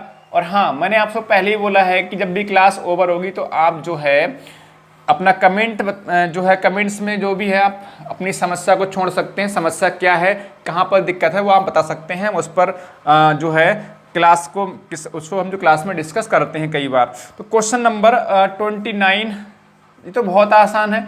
7 का वर्ग का मतलब 49, इसमें कोई डाउट नहीं, बेहद आसान सवाल। बताओ कितना आसान सवाल है ये, ऑप्शन नंबर सी इसमें ठीक हो जाएगा। अच्छा, क्वेश्चन नंबर 30, 169 का वर्गमूल, तो भाई 169 का वर्गमूल तो 13 होता है, ये भी सबको पता होगा ठीक है। ये भी आसान सवाल, ऑप्शन नंबर ए इसमें ठीक हो जाएगा। ये थोड़ा सा अच्छा सवाल, क्वेश्चन नंबर 39, 21 सही 51 बटे 169 इसका वर्गमूल निकालना है। तो पहले बच्चों गुणा करनी पड़ेगी, फिर 51 जोड़ना पड़ेगा। तो 169 की पहले 21 से गुणा कर लो, तो 21 नियमा कितना होता है, या ऐसे ही गुणा कर लो। 21 का पहाड़ा याद नहीं है तो आप ऐसे कर लो, 169 1 से गुणा करो तो 169 आ जाएगा। 2 से 2 ने 18, 2 छंग 12, 1 13, 2 एकम 2 और 1 3, तो 9, 8 6 14, 3 1 4 और 1 5, ये 3, ऐसे करके बन जाएगा ठीक है। 2 ने 18, 2 छंग 12, 1 13, 2 एकम 2 और 1 3, 9 8 6 14, 3 1 4 1 5 3, तो 35 49 में कितना जोड़ेंगे 51, 51 जोड़ लो बच्चों। तो 9 और 1 कितना 10, 5 4 9 1 10, तो ये इतना 3600 हो जाएगा। तो देखो ऐड करने पर 3600 बन रहा है, और नीचे कितना बन रहा है 169। इसका क्या निकालना है, वर्गमूल निकालने को बोला है। देखो इसकी गुणा करी, हमारे पास ये आया, और ये हम जोड़ देंगे तो 3600 बन जा रहा है। 3600 बनेगा तो मेरे प्यारे महारथियों, इनका वर्गमूल देखो, वर्गमूल कैसे निकालेंगे, 36 का वर्गमूल 6 और 00 का वर्गमूल 0, और 169 का वर्गमूल कितना 13, 13 से भाग करो जरा, 13 3 39, 13 चौका 52, 13 चौका 52, 8 बचेगा तो 4 सही 8 बटे 13, 4 सही 8 बटे 13, यानी बी ऑप्शन इसका सही जवाब हो जाएगा। देखो भाई सब कुछ पढ़ा रखा है मैंने, आप सभी की डिमांड पर मैं इसमें डिस्कस कर रहा हूं राजन सीरीज के सभी बहुविकल्पीय प्रश्न। अगर कहीं पर भी डाउट है तो कमेंट सेक्शन आपके लिए है ठीक है, जरूर बताइएगा। फिलहाल इसमें कोई दिक्कत वाली बात नहीं थी। देखो 3600 का वर्गमूल हो गया 60, 36 का 6, 00 का 1 0 आ गया, 169 का 13 हो गया, 13 से भागो 13 चौका 52 होता है, 8 जो बचता है शेषफल ऊपर लिखते हैं, और बटे में क्या आता है जिससे हम लोग भाग करते हैं। चलो ये क्वेश्चन नंबर 31 था, अच्छा सवाल था। क्वेश्चन नंबर 32 बहुत आसान सवाल है बच्चों। क्वेश्चन नंबर 32 बहुत आसान सवाल है। 64 √64 माइनस √36, तो इसमें तो भाई कुछ भी नहीं करना। क्वेश्चन नंबर 32 में तो कुछ ही नहीं करना, बहुत आसान सवाल है। √64 में से √36 घटा दोगे तो भाई इसका वर्गमूल 8 आ जाएगा, और √36 का वर्गमूल 6 आ जाएगा। तो कितना आंसर हो जाएगा 2, यानी कि बी ऑप्शन इसका सही जवाब हो जाएगा। क्वेश्चन नंबर 33, बेलन का आयतन का सूत्र। तो बेलन का आयतन यानी बी फॉर वॉल्यूम यानी आयतन। बेलन का आयतन क्या होता है πr²h, बताए थे ना। ये होता है हमारा बेलन, ये होता है बेलन, ये होती है त्रिज्या, ये होती है आपकी ऊंचाई, ठीक है। तो मैंने क्या बताया था बेलन का πr²h इसका आयतन होता है। शंकु का आयतन होता है 1/3 πr²h, ठीक है। क्वेश्चन नंबर आपका 34 का बेलन का वक्र प्रस्थ। बेलन का वक्र प्रस्थ होता है 2πrh, ठीक है। तो इसमें ऑप्शन नंबर ए ठीक होगा। देखो प्यारे साथी, ये सब कुछ पढ़ा रखा है। बेलन का आयतन πr²h, बेलन का वक्र प्रस्थ होता है 2πrh, जबकि शंकु का आयतन होता है 1/3 πr²h, शंकु का वक्र प्रस्थ होता है πrl। चलो, इतनी बात सबको समझ में आ रही है। अब देखो संपूर्ण प्रश्न भी पूछा है बेलन का, इसको समझना अच्छे से, इसको अच्छे से समझना। संपूर्ण प्रश्न का मतलब जितना भी प्रश्न है बेलन में उस सभी का क्षेत्रफल, कंप्लीट क्षेत्रफल पूछा है, ठीक है। तो क्वेश्चन नंबर 34 हो गया। 35 देखो, 35 में क्या है, बेलन के संपूर्ण पृष्ठ का क्षेत्रफल। देखिए संपूर्ण पृष्ठ कैसे निकलता है बेलन का, वक्र पृष्ठ 2πrh और प्लस 2πr², ये होता है, ठीक है। ये आंसर होगा। इसमें एक्चुअल में ऑप्शन मिस्टेक है, ऑप्शन नंबर डी तो बता रहे हैं, लेकिन उन्होंने डी कैसे लिखा है, ऑप्शन 2πrh और प्लस 2πr, ये ऐसे करके होल स्क्वायर कर रहे हैं। होल स्क्वायर नहीं होता, आर पे स्क्वायर होगा, केवल आर पे स्क्वायर होता है। तो ये हमारा आंसर होगा ऑप्शन नंबर डी सही। वैसे तो डी दिया है, लेकिन डी में स्क्वायर जो है गलत लगा हुआ है, केवल आर पर स्क्वायर होगा, ना कि होल स्क्वायर होगा। होल स्क्वायर नहीं होगा, केवल आर पर स्क्वायर होगा, ठीक है। आगे आ जाओ, क्वेश्चन नंबर 36 पे आ जाओ। सबको समझ में आ रहा होगा यहाँ तक, ठीक है, कोई दिक्कत वाली बात नहीं है। क्वेश्चन नंबर 36, क्वेश्चन नंबर 36 हम लोग सॉल्व करेंगे। तो क्वेश्चन नंबर 36 क्या है, एक बेलन है। अच्छा सवाल है, देखो एक सवाल जरूर मिलेगा आसान सा, जिसमें कुछ आयतन क्षेत्रफल कुछ भी पूछ रहे होंगे। एक बेलन जिसकी ऊंचाई 7 सेंटीमीटर, ये ऊंचाई 7 सेंटीमीटर है, त्रिज्या 2 सेंटीमीटर है। बेलन का आयतन, तो बेलन का आयतन बच्चों क्या होता है, अभी मैंने डिस्कस किया है, πr²h, ठीक है। पाई का मान 22/7 लगा दो, r² का मतलब r कितना है 2, तो 2 × 2 और h कितना है 7, 7 से 7 कैंसिल कर दो, 22 दूनी 44 दूनी 88, 88 सेंटीमीटर की पावर 3 या 88 घन सेंटीमीटर। ऑप्शन नंबर ए इसमें ठीक जवाब हो जाएगा। है ना आसान सवाल, बहुत आसान सवाल है प्यारे महारथियों। ऐसा नहीं कुछ इसमें कुछ विशेष आपको समझाने के लिए स्पेशल हो, ठीक है। तो परेशान ना हो, धीरे धीरे हर एक सवाल को हम लोग समझते रहेंगे। मैंने फिर बोला है निकल पड़े हैं घर से तो मंजिल मिल ही जाएगी एक दिन, निकल पड़े हैं घर से तो मंजिल मिल ही जाएगी एक दिन। चिंता तो वे लोग करें जो घर से निकले ही नहीं, चिंता तो उनको करनी चाहिए जो पढ़ नहीं रहे हैं, घर पर बैठकर मौज मस्ती कर रहे हैं, क्योंकि यही समय है अपनी तैयारी को मजबूत बनाने का, अपनी तैयारी को स्तर को और बढ़ाने का। क्योंकि आपने, हो सकता है कुछ साथियों ने बिल्कुल भी ना पढ़ा हो, तो मैं उनसे कहना चाहता हूँ जिन्होंने बिल्कुल भी तैयारी नहीं करी है, प्लेलिस्ट में मैंने सभी टॉपिक करा रखे हैं, केवल एक प्रायिकता का टॉपिक बचा हुआ है, उसको भी मैं जल्दी ही करा दूंगा। बाकी सभी टॉपिक्स मैंने बहुत ही ज़बरदस्त तरीके से आपको समझाए हैं। यकीन मानो, आपको कुछ नहीं करना, राजन का गैस पेपर ले लो या पवन का आपके पास हो सकता है, राजन के जो मैं सॉल्व करा ही रहा हूँ सभी प्रश्न लगभग, और जो मैंने वीडियोज़ में प्रश्न कराए हैं उनको कर लीजिए। आप यकीन मानो, मैं तो 25 के 25 नंबर आपके आसानी से करके आओगे। और बैक तो लगेगी नहीं, तो गारंटी ले सकता हूँ, बैक तो लग ही नहीं सकती, इस बात की मैं गारंटी ले सकता हूँ, अगर आपने कोई एक बुक सॉल्व कर ली, पवन या राजन कुछ भी, और हमारे सभी वीडियोस देख लिए तो। चलो आगे बढ़ेंगे नेक्स्ट क्वेश्चन नंबर 37 पर। क्वेश्चन नंबर 37, पाई का मान, इसमें कोई दिक्कत नहीं है। पाई का मान कितना होता है, 22/7, 22/7, यानी कि ए ऑप्शन इसमें ठीक है। क्वेश्चन नंबर 38, शंकु की तिर्यक ऊंचाई। देखो शंकु हमारा कैसा होता है, शंकु हमारा ऐसा होता है, इसमें ये r और ये h होता है, और ये होती है तिर्यक ऊंचाई, ठीक। तो त्रियक ऊंचाई L है, ऊंचाई H है, त्रिज्या R है। तो आपसे पूछा है कौन सा ऑप्शन ठीक होगा।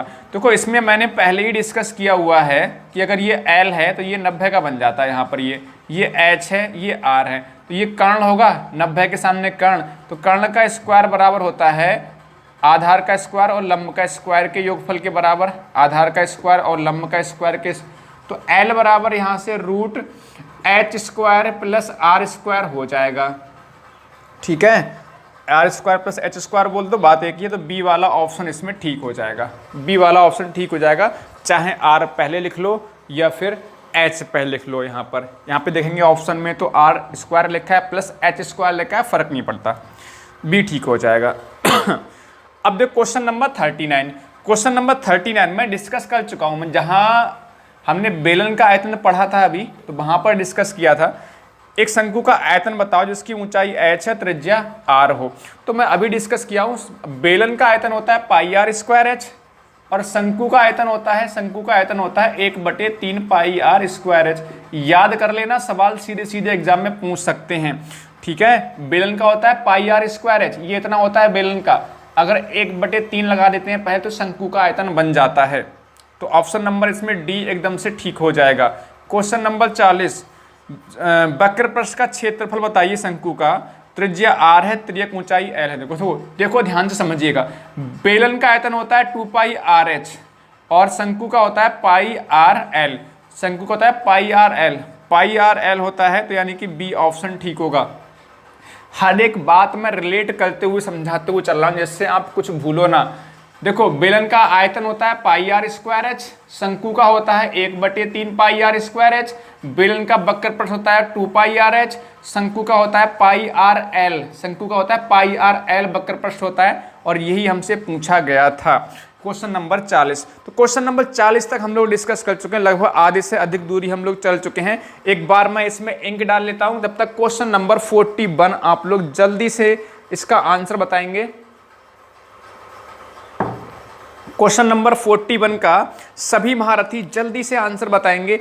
मजा आ रहा है, बहुत ही जबरदस्त, आग लगा दी आपने। लेकिन भाई आप लोगों ने शेयर नहीं किया, तो एक बार शेयर कर दो भाई, जल्दी सब लोग शेयर कर दो, मजा नहीं आ रहा।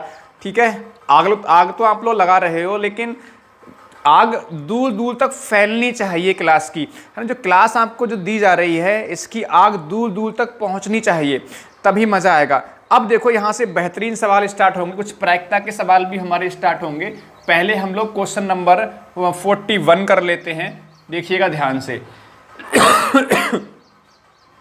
क्वेश्चन नंबर 41 क्या है? 2, 3, 7, 9, 5। इसमें बहुलक पूछा है, तो ऑप्शन नंबर डी होगा। क्यों होगा? कोई नहीं, क्योंकि देखो बहुलक में ऐसा नंबर देखते हैं सबसे ज्यादा बार आया हो, लेकिन 2 भी एक बार है, 3 भी एक बार, 7 भी एक बार, 9 भी एक बार, 5 भी एक बार, तो कोई नहीं आंसर होगा इसका बहुलक, है ना। कोई बहुलक बन ही नहीं रहा इसमें। चलो क्वेश्चन नंबर 42। अब यहाँ पे ध्यान से समझना, किसी सिक्के को उछालने पर शीर्ष आने की, शीर्ष का मतलब हेड।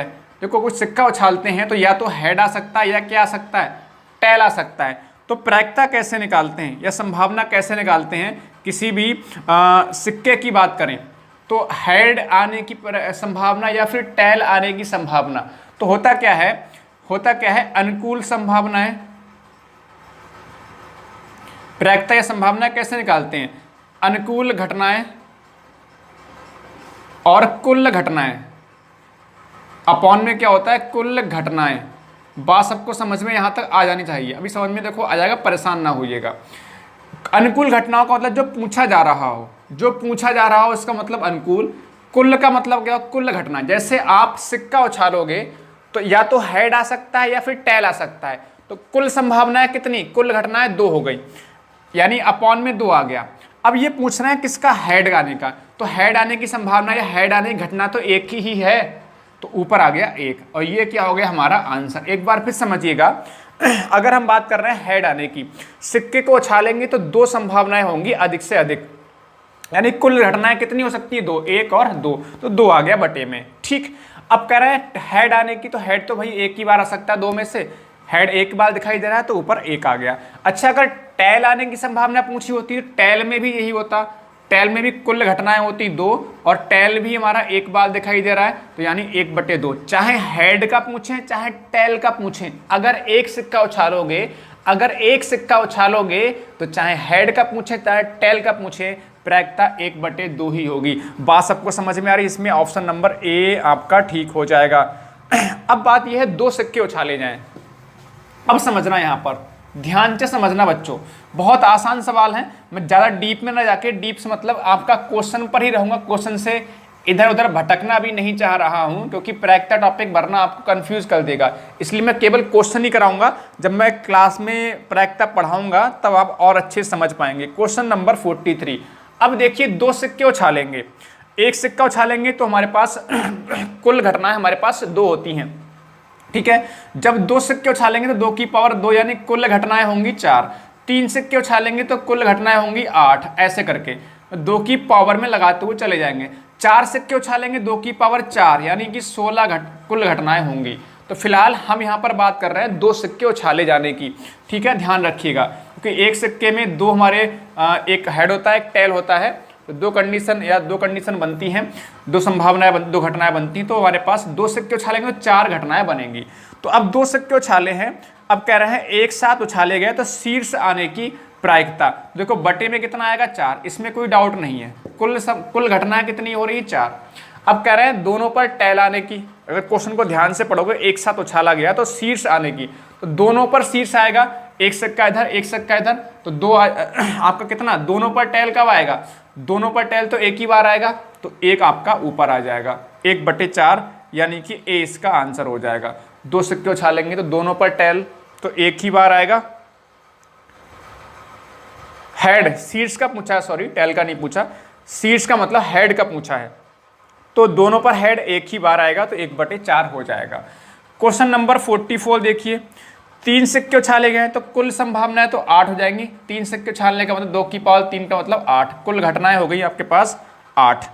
और उसमें कह रहा है शीर्ष आने की, तो तीनों पर शीर्ष आने का हेड हेड हेड तो एक ही बार हो सकता है ऐसा, तो 1/8 इसमें आंसर हो गया। ऑप्शन नंबर ए इसमें ठीक हो गया। क्वेश्चन नंबर 45 देखो, क्वेश्चन नंबर 45 की हम लोग बात करेंगे तो 3 सिक्के उछालने पर पुच्छ आने मतलब टेल आने का, तो यहाँ पर भी सेम है। 3 सिक्के उछालोगे तो कुल घटनाएं होंगी आपके पास कितनी 8, 2 की पावर 3 यानी 8 हो जाएगा। तो उछालने पर पुच्छ आना यानी टेल आने के, तो तीनों पर टेल तो एक ही बार आ सकता है, तो 1/8 हो जाएगा। मतलब जो पूछा जाएगा ऊपर देखो, इसमें हेड का इसमें टेल का पूछा गया, तीनों पर टेल कब आएगा, एक बार आएगा, तीनों पर हेड क्या आएगा, एक ही बार आएगा, तो 1/8 बन जाएगा। अच्छा, नेक्स्ट क्वेश्चन नंबर 46 की बात करेंगे। अगर थोड़ी सी प्रैक्टिस दिक्कत करें तो घबराइएगा नहीं, हम इसको डिस्कस करेंगे बेहतर तरीके से। मैंने पढ़ाया नहीं है अभी, तो परेशान ना होइएगा इन सवालों को लेकर, ठीक है, मैं बहुत अच्छे डिटेल में डिस्कस करूंगा। हाँ, क्वेश्चन नंबर नेक्स्ट हमारे पास 46 है। क्वेश्चन नंबर 46 क्या है, एक पासे में कुल कितने परिणाम होते हैं। तो एक पासे में देखो, एक तो 1 आ सकता है, 1 2 आ सकता है, 1 3 आ सकता है, 4 आ सकता है, 5 आ सकता है, 6। तो कितने परिणाम हो रहे हैं भाई, 6 होते हैं।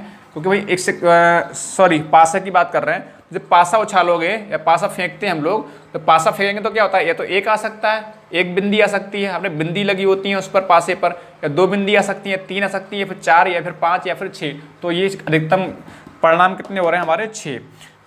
तो ऑप्शन नंबर कौन सा हो रहा है इसमें, ए ठीक हो जा रहा है। अच्छा, ये सवाल अच्छा है। क्वेश्चन नंबर 47, एक पासे के ऊपर 5 से बड़ा आने की संभावना। तो 5 से बड़ा तो केवल एक ही आ सकता है, 6। देखो कुल संभावनाएं, कुल घटनाएं तो कितनी अपॉन में कुल घटनाएं आएंगी, चाहे सिक्के वाले सवाल करो चाहे पासे वाले सवाल करो, तो कुल घटनाएं तो भैया 6 हैं। तो 5 से बड़ा तो केवल 6, एक ही बार तो आ सकता है, तो ये 1 हो गया। जितनी बार होगा उतना आ जाता है यहाँ पर, तो 6 एक ही बार है। तो देखो 5 से बड़ा यानी 5 से बड़ा का मतलब कौन सा, केवल 6। तो 6 कितनी बार आएगा, एक बार, तो ये 1/6 हो गया, आंसर हो गया इसका 1/6, यानी कि सी ऑप्शन इसमें ठीक हो जाएगा।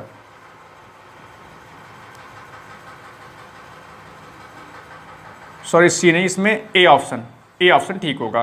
क्वेश्चन नंबर 48 की बात करेंगे, ये भी अच्छा सवाल है। एक पासे को छाला गया तो विषम आनेगी।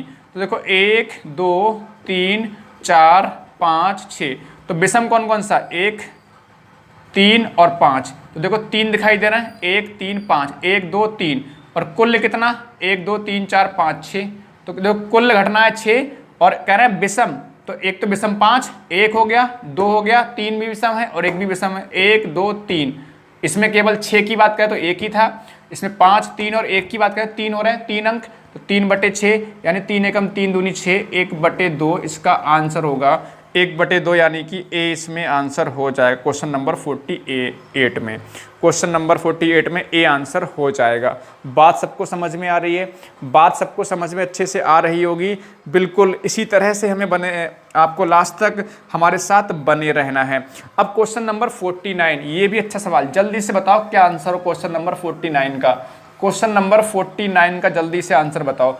बहुत अच्छी सी बात प्रायिकता बस इतनी सी है कि भाई कुल घटनाएं नीचे आती हैं और जो उसका पूछा होता है वो ऊपर लिख देते हैं। 49 देखो, एक पासे को उछालने पर 3 से बड़ा अंक, 3 से बड़ा कौन सा आ सकता है, 4 आ सकता है, 5 आ सकता है, 6 आ सकता है। तो ये पूछा गया है, तो कितने अंक हैं हमारे पास, 1 2 3, कुल कितने हमारे पास 6। पासे में देखो 6 घटनाएं हो सकती हैं, 1 आ सकता है, 2 आ सकता है, 3 आ सकता है, 4 आ सकता है, 5 आ सकता है, 6 आ सकता है। तो यहाँ पर भी कितना हो गया, 1/2 आंसर हो जाएगा, 1/2 है ना। देखो भाई 3 से बड़ा का मतलब 4 आ सकता है, 5 आ सकता है, 6 आ सकता है, 1 2 3। तो अनुकूल घटनाएं कितनी हो रही, 1 2 3 हो रही, 3 ऊपर आ गया और अपॉन में कुल घटना है 6। ठीक, चलो आगे बढ़ेंगे क्वेश्चन नंबर 49 पर। 49 तो हो गया ना। क्वेश्चन नंबर 50 पर, क्वेश्चन नंबर 50 पे आ जाओ। तो क्वेश्चन नंबर 50 मेरे प्यारे महारथियों है क्या, 50 क्या है, साइन थीटा। अब देखो अगर त्रिकोणमिति जिसने नहीं पढ़ी है पढ़ लेना भाई, बहुत अच्छे से पढ़ाया है। तो थीटा का मान पूछा है, ये दे रखा है, इसमें थीटा का मान पूछा है। तो प्यारे साथियों एक बात बताओ, साइन थीटा 1/2 किस मान पर होता है। तो आप कहेंगे सर साइन 45 पर होता है, तो थीटा बराबर कितना हो गया 45, बस आंसर हो गया। इसमें क्या दिक्कत है, ये तो बेहद आसान सवाल है। ऑप्शन नंबर सी इसमें ठीक हो जाएगा। देखो ये मान तो आपको मैंने टेबल कैसे करके याद करनी है, कैसे करके बनती हैं, सब कुछ मैंने बहुत ही ज़बरदस्त तरीके से समझाया है। ठीक है, वीडियो के जाके अवश्य देखिएगा। प्लेलिस्ट में भी मैंने डाल रखा है, प्लेलिस्ट पूरी बनी हुई है। 21 क्लास हुई है, एक प्रायिकता क्लास और होनी है। 22-23 क्लास में कंप्लीट मैथ मैंने करा दिया है। मतलब एक एक वीडियो 20-20, 30-30, 35-35, 40-40 मिनट की है, ज़्यादा लंबी नहीं है। मतलब 30-35 मिनट की एक क्लास देखनी है और मुश्किल से 22 क्लास हैं, तो आप कह सकते हो मुश्किल से लगभग 11-12 घंटे में पूरा का पूरा सिलेबस मैंने ख़त्म कर दिया है और ज़बरदस्त तरीके से ख़त्म किया है। जाके ज़रूर देखिएगा।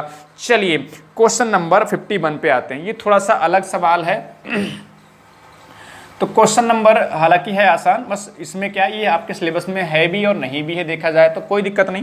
क्वेश्चन नंबर आपका 51 में क्या है, 1 माइनस साइन स्क्वायर ए और इंटू 1 प्लस टेन स्क्वायर ए। ये इस तरह से बन रहा है। देखो 1 माइनस साइन स्क्वायर होता है कॉस स्क्वायर, ये फॉर्मूला होता है एक्चुअल में, ठीक है। और इंटू 1 प्लस टेन स्क्वायर होता है सेक स्क्वायर ए, ये ऐसे बनता है। ठीक है, यानी आपने पढ़ा होगा, एक आइडेंटिटी पढ़ी होगी, sine square theta plus cos square theta कितना होता है 1। ऐसी 1 प्लस टेन स्क्वायर थीटा बराबर सेक स्क्वायर थीटा होता है। ये सबने पढ़ा होगा, नहीं पढ़ा तो कोई दिक्कत नहीं है, आपके एग्जाम में आ भी सकता है, चांसेस बहुत कम है आने के, लेकिन फिर भी पढ़ लो।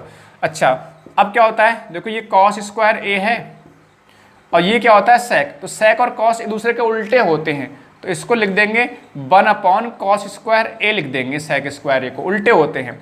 ये कैंसिल हो गया, एक इसका आंसर हो जाएगा, एक इसका आंसर, यानी कि बी ऑप्शन इसमें ठीक हो जाए। फिर समझ लो सवाल को, देखो sine square theta plus cos square theta 1 होता है, तो अगर ये उधर ले जाओगे तो 1 माइनस साइन स्क्वायर थीटा होगा और कितना कहलाएगा ये आपका कॉस स्क्वायर थीटा। थीटा का मतलब यहाँ पर ए हो सकता है, बी हो सकता है, ठीक। अच्छा 1 प्लस टेन स्क्वायर थीटा क्या होता है सेक स्क्वायर थीटा, तो सेक स्क्वायर ए मैंने लिख दिया।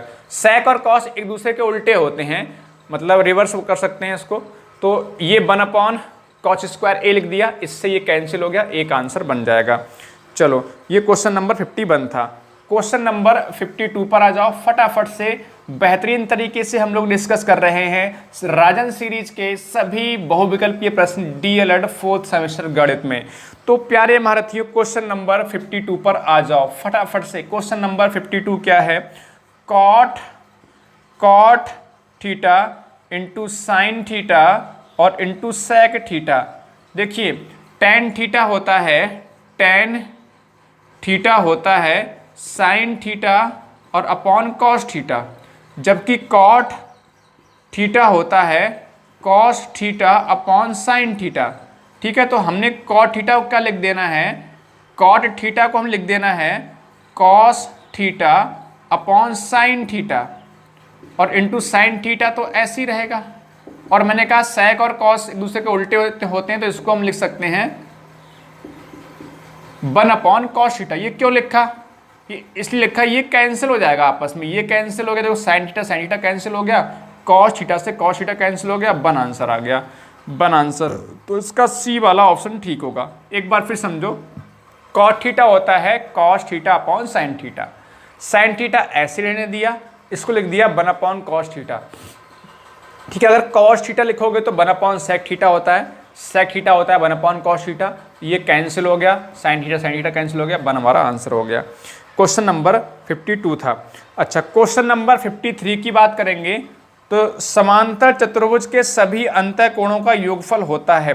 देखो मैंने आपको बता दिया है कि चतुर्भुज कैसा भी हो, सभी अंतःकोणों का योगफल 360 अंश ही होता है। तो इसका डी ऑप्शन ठीक हो जाएगा। इसमें किसी साथी को डाउट नहीं होना चाहिए, डी ऑप्शन हो जाएगा। 54 की बात करते हैं। समचतुर्भुज के कोण होते हैं, बराबर होते हैं, समान होते हैं, समकोण होते हैं, समकोण होते हैं, सम्मुख कोण बराबर होते हैं। देखो चतुर्भुज कैसा होता है? इसमें चारों भुजाएं बराबर होती हैं। ठीक है, चारों भुजाएं बराबर होती हैं और आमने सामने की भुजाएं समांतर होती हैं। तो जो आमने सामने कोण होते हैं वो बराबर होते हैं। इसके बराबर ये कोण होगा, इसके बराबर ये कोण होगा। तो भैया सम्मुख कोण बराबर होते हैं, यानी कि डी इसमें ठीक हो जाएगा। क्वेश्चन नंबर 55, आयत के विकर्ण। आयत क्या होता है? जिसमें आमने सामने की भुजाएं कैसी होती हैं? बराबर। मतलब अगर ये बी है तो ये भी बी होगा, ये एल है तो ये भी एल होगा। तो इसमें जो विकर्ण बनते हैं, एक विकर्ण ये और एक विकर्ण ये, विकर्ण कैसे होते हैं? बराबर होते हैं। विकर्ण कैसे होते हैं प्यारे से महारथियों? विकर्ण कैसे होते हैं? बराबर होते हैं। तो ऑप्शन नंबर बी इसमें ठीक हो जाएगा क्वेश्चन नंबर 55 का। आगे बढ़ेंगे क्वेश्चन नंबर 56 की तरफ। किसी चतुर्भुज में सम्मुख भुजाओं के, हाँ ये अच्छा सवाल है, इसको अच्छे से समझ लीजिएगा। देखिए ये भी मैं सब पढ़ाया है मैंने। अगर आपने ध्यान से देखा होगा तो यकीन मानो कोई भी क्वेश्चन ऐसा नहीं हो आप सॉल्व नहीं कर सकते, कोई भी क्वेश्चन ऐसा नहीं हो मैंने पढ़ाया नहीं है। क्वेश्चन नंबर 56 है क्या? किसी चतुर्भुज में सम्मुख भुजाएं का एक युग्म परस्पर समांतर होता है, सब चतुर्भुज होगा। देखो एक युग्म का मतलब हो गया एक जोड़ा। ये जो है इसके समांतर हो रहा है, बाकी असमांतर कहलाएगा। तो ये कहलाएगा समलंब, ये कहलाएगा समलंब। कुछ बात समझ में आ रही है? जिसमें एक युग्म आपका समांतर होता है, युग्म का मतलब जोड़ा। तो ये इसके समांतर है, एक ही समांतर होगा युग्म, तो आपका कहलाएगा क्या? समलंब चतुर्भुज, यानी कि ऑप्शन नंबर ए इसमें ठीक हो जाएगा। क्वेश्चन नंबर 57 की बात करेंगे। वर्ग की चारों भुजाएं होती हैं, तो वर्ग में क्या होता है? वर्ग में चारों भुजाएं कैसी होती हैं? समान होती हैं। ठीक है, चारों भुजाएं समान होती हैं, बी वाला ऑप्शन ठीक हो जाएगा। ये तो बहुत आसान सवाल है बच्चों। क्वेश्चन नंबर 58 की बात करेंगे तो क्या है? समांतर चतुर्भुज के सम्मुख कोण होते हैं। तो देखो समांतर चतुर्भुज ऐसा होता है, ठीक है, तो इसमें भी देखो आमने सामने कोण बराबर होते हैं। ठीक है, समांतर चतुर्भुज में सम्मुख कोण बराबर होते हैं, ऑप्शन नंबर ए इसमें ठीक होगा।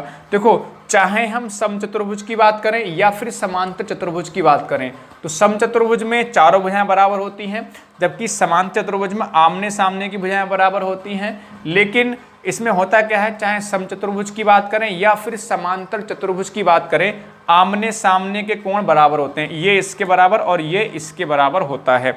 इतनी बात सबको समझ में आ रही होगी, मैंने बहुत अच्छे से पढ़ाया है। क्वेश्चन नंबर 59 की बात करेंगे तो क्वेश्चन नंबर 59 में क्या है प्यारे महारथियों? क्वेश्चन नंबर 59 है चतुर्भुज के प्रकार हैं, तो चतुर्भुज के ये सभी प्रकार होंगे, डी इसका आंसर हो जाएगा। क्यों भाई? क्योंकि समलंब चतुर्भुज भी होता है, समांतर चतुर्भुज भी होता है, सम चतुर्भुज भी होता है, उपर्युक्त तो सभी इसका आंसर हो जाएगा। चलिए अब आगे बढ़ेंगे। नेक्स्ट है क्वेश्चन नंबर 60। बस प्यारे साथी थोड़ी देर और बने रहिए, हम लोग इसको एंड करने के बाद ही इस क्लास को फिनिश करेंगे। सभी सवाल डिस्कस करने के बाद ही हम क्लास को फिनिश करेंगे।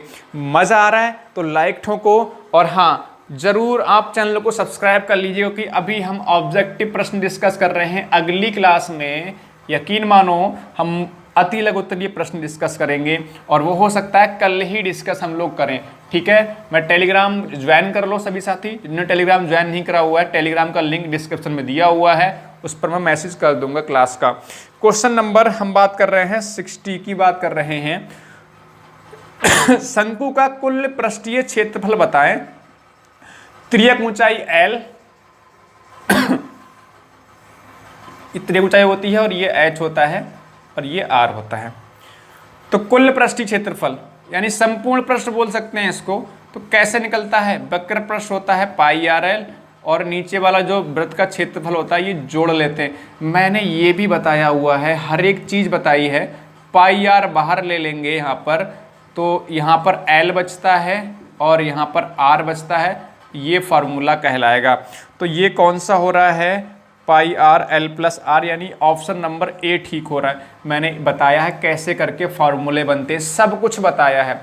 मैं यहाँ पर डिटेल में डिस्कस नहीं कर सकता, क्योंकि डिटेल में डिस्कस करने लग जाऊँगा तो यकीन मानो 15-20 मिनट इसी में लग सकते हैं, इसलिए मैं डिस्कस नहीं कर रहा हूँ। जिन साथियों को फार्मूले कैसे याद रखने हैं, कैसे करके फार्मूले बनाने हैं, सब कुछ मैंने सिखाया हुआ है। आप हर एक वीडियो को जाकर देख लीजिएगा।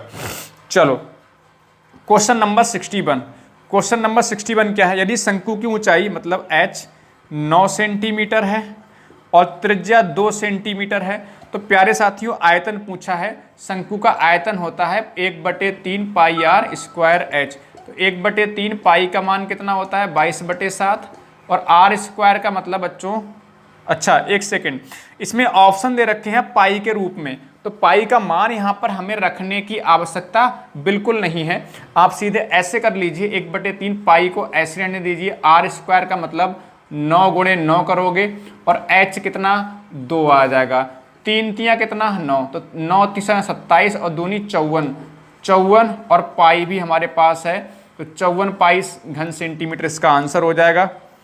ठीक है, 54 पाई। इसमें आई थिंक लग रहा है कहीं मिस्टेक है सवाल में। एक सेकेंड, थोड़ी सी मेरे से मिस्टेक हो गई, एक सेकेंड।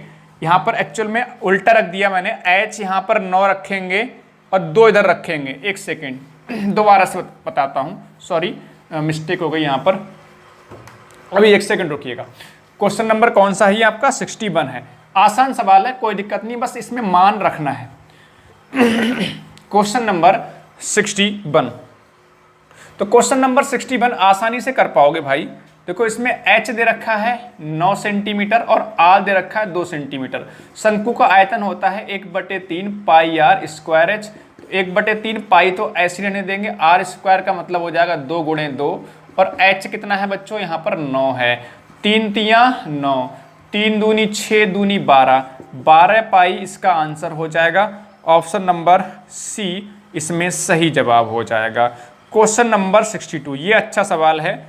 दो वृत्तों की त्रिज्याओं में अनुपात M/N है, तो एक की त्रिज्या R1 मान लो, एक की त्रिज्या R2 मान लो, और दोनों में अनुपात कितना है? M/N है। ये सवाल में दे रखा है।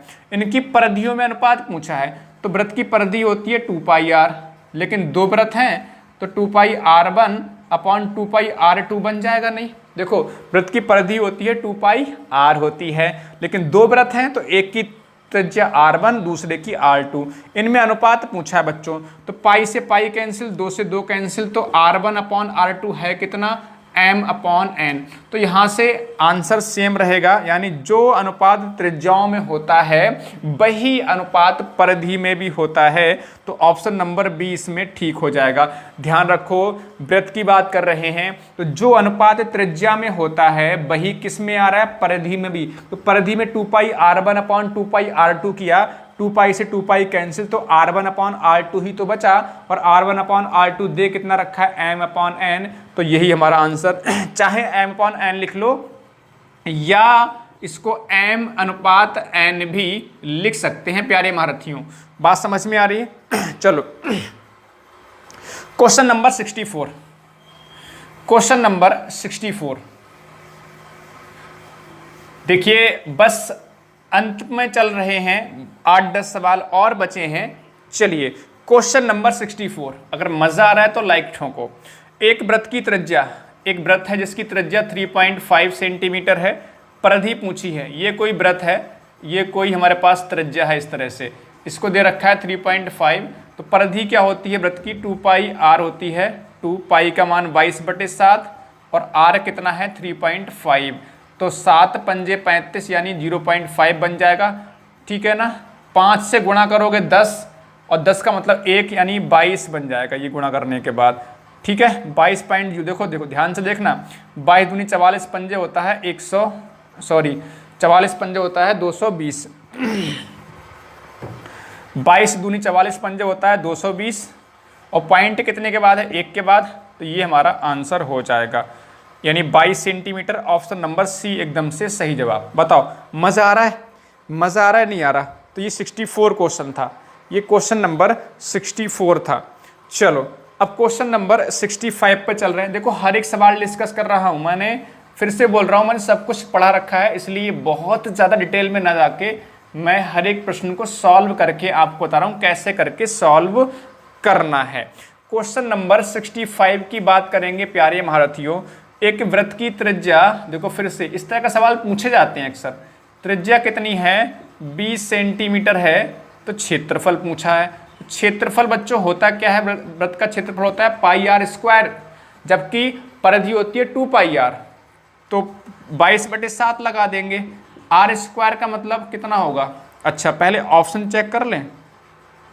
ऑप्शन में देखो अगर 20 रखोगे इसमें तो 20 गुणे 20 करोगे ना तो 400 हो जाएगा। तो ये पाई का मान मत लगाओ, ठीक है, आपका आंसर आ जाएगा। फिर पाई का मान मत लगाओ, पाई ऐसे रहने दो, 20 का स्क्वायर यानी 400 पाई हो जाएगा। 400 पाई यानी कि आप ऑप्शन चेक कर सकते हैं, ऑप्शन नंबर सी आ जाएगा। ठीक, देखो पाई का मान नहीं लगाया हमने क्योंकि पाई में ही हमारा आंसर दे रखा है, और r स्क्वायर का मतलब 20 का स्क्वायर, 20 हम 400, 400 गुणे पाई, 400 पाई, ऑप्शन नंबर सी हो जाएगा। अभी देखो क्वेश्चन नंबर 66, हमने एक अभी डिस्कस किया था, त्रिकोणमिति का सवाल आया था कि sine square theta plus cos square theta कितना होता है। Sine square theta plus cos square theta कितना होता है हम डिस्कस कर चुके हैं, इसका मान होता है 1। यानी क्वेश्चन नंबर 66 में आपका आंसर होगा ऑप्शन नंबर डी। ध्यान रखिएगा, इसको याद रख लीजिएगा, सवाल एग्जाम में आ सकता है। Sine square theta plus cos square theta बच्चों 1 होता है, ध्यान रखिएगा। मैं फिर से लिख दे रहा हूँ भाई कि sine square theta plus cos square theta इसका मान 1 होता है, ये याद रख लीजिएगा, डायरेक्ट सवाल एग्जाम में आ सकता है। तो ऑप्शन नंबर डी हो जाएगा। क्वेश्चन नंबर 67 क्या है, समीकरण 3x प्लस y बराबर 4 और x प्लस 2y बराबर 3 है, तो प्रतिस्थापन विधि से x और y के मान बताने हैं। तो प्रतिस्थापन विधि में मैंने क्या बताया था आपको, अभी शायद एक क्लास पहले मैंने प्रतिस्थापन विधि ही समझाई है, आप जा क्लास देख सकते हैं। प्रतिस्थापन विधि का मतलब ये है, या तो x का मान दूसरी समीकरण में रख दो, या फिर y का मान, मतलब एक समीकरण से x या y का मान निकालो और दूसरी समीकरण में रख दो। ठीक है, तो क्या करोगे, देखो यहाँ पर y यहाँ से निकालो, y बराबर निकालो, तो y बराबर हो जाएगा 4 माइनस 3x हो जाएगा। यहाँ से y बराबर निकालोगे, 3x उधर ले जाओ तो ये बन जाएगा। इस समीकरण में रख दो y की जगह पे, तो ये तो x ऐसी रहेगा प्लस 2, y की जगह पे 4 माइनस 3x रख दिया और बराबर कितना 0। हालांकि बहुविकल्पीय प्रश्न है, इसमें कैसे भी सॉल्व करो, आपको आंसर लिखना था, केवल सॉल्व नहीं करना था, लेकिन करवाया है प्रतिस्थापन विधि से तो मैं यहाँ पे सॉल्व कर रहा हूँ। देखो y बराबर यहाँ से कितना आया, 3x उधर ले जाओगे तो 4 - 3x हो जाएगा। हमने y की जगह पे 4 - 3x रख दिया तो ये इस तरह से बन गया। तो बच्चों x बराबर या x प्लस कितना, 4 दूनी 8 हो जाएगा और 3 दूनी माइनस का 6x बराबर कितना, ये आपका 3। अच्छा 8 आप उधर ले जाओगे, इधर देखो x - 6x यानी कि माइनस का 5x बचेगा, उधर ले जाओगे 3 - 8 होगा तो माइनस का 5x बराबर माइनस का 5, माइनस से माइनस कैंसिल, 5 से 5 एकम 5 हो गया तो x बराबर 1 आ गया, x बराबर 1 आ गया। तो अगर x बराबर 1 है किसी भी समीकरण में रख दो, मान लो हमने इसमें रख दिया तो x बराबर 1 रखोगे तो 1 3 कितना 3 प्लस y बराबर 4, तो y बराबर कितना 4 - 3 यानी y बराबर ही कितना आ रहा है, 1 आ रहा है। तो x का मान भी 1 आ रहा है, y का मान भी 1 आ रहा है। तो इसका मतलब प्यारे से महारथियों कौन सा ऑप्शन ठीक हो रहा है, इसमें कौन सा ऑप्शन ठीक हो रहा है, ऑप्शन नंबर बी यहाँ पर ठीक हो जा रहा है, ऑप्शन नंबर बी यहाँ पर ठीक हो जा रहा है।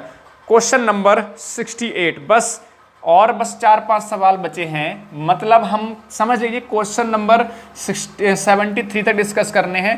73 ही क्वेश्चन आपके राजन सीरीज में बहुविकल्पी दे रखे हैं, मतलब समझ लीजिए आप 73 क्वेश्चन डिस्कस करके जाएंगे आज, मतलब पूरा का पूरा राजन सीरीज के सभी प्रश्न डिस्कस करने वाले हैं। क्वेश्चन नंबर 68, साइन 60 का मान होता है प्यारे भारतीयों √3/2 होता है, √3/2 यानी कि बी ऑप्शन इसमें ठीक हो जाएगा। अब देखो घनमूल फिर से आ गया, 1331 का घनमूल बताओ। तो घनमूल में क्या होता है, फैक्टर करते हैं प्यारे साथियों, है ना, फैक्टर करो तो 11 से कटेगा 121 आ जाएगा, 11 से कटेगा 11 आ जाएगा। 3 संख्याओं में से एक संख्या लेते हैं, 3 एक जैसी संख्याओं में से एक संख्या लेते हैं तो 11 आंसर हो जाएगा इसका। फैक्टर करने पर ये बन रहा है, यानी 11 × 11 × 11 बन रहा है। तो संख्याएं एक जैसी हैं 3, एक संख्या ले लिया, क्या हो गया, घनमूल कितना हो जाएगा 11। ऑप्शन नंबर कौन सा ठीक हो जाएगा, बी। ऑप्शन नंबर कौन सा ठीक हो जाएगा, बी। क्वेश्चन नंबर 70, बहुत बढ़िया, बहुत ही शानदार, बहुत ही ज़बरदस्त। क्वेश्चन नंबर 70 की बात कर रहे हैं हम लोग। क्वेश्चन नंबर 70 भाई जल्दी से बताओ क्या आंसर होगा, सभी साथी जल्दी से बताओ क्वेश्चन नंबर 70 का क्या आंसर होगा। क्वेश्चन नंबर 70 में आई थिंक थोड़ी सी मिस्टेक है। 70 में ये जो होगा ये ऐसे करके होगा, ये रूट जो है पूरे पर लगा होगा, इसमें मिस्टेक है, ये ऐसे करके होगा। सवाल को सही कर लीजिएगा, सवाल ऐसे करके होगा, ठीक है, सवाल ऐसे करके होगा, ये सवाल से कर लीजिएगा। 4 की पावर 3, हाँ, और 15 की पावर 2। 4 की पावर 3 का मतलब 64 और 15 की पावर 2 का मतलब 15 में 15 होता है 225।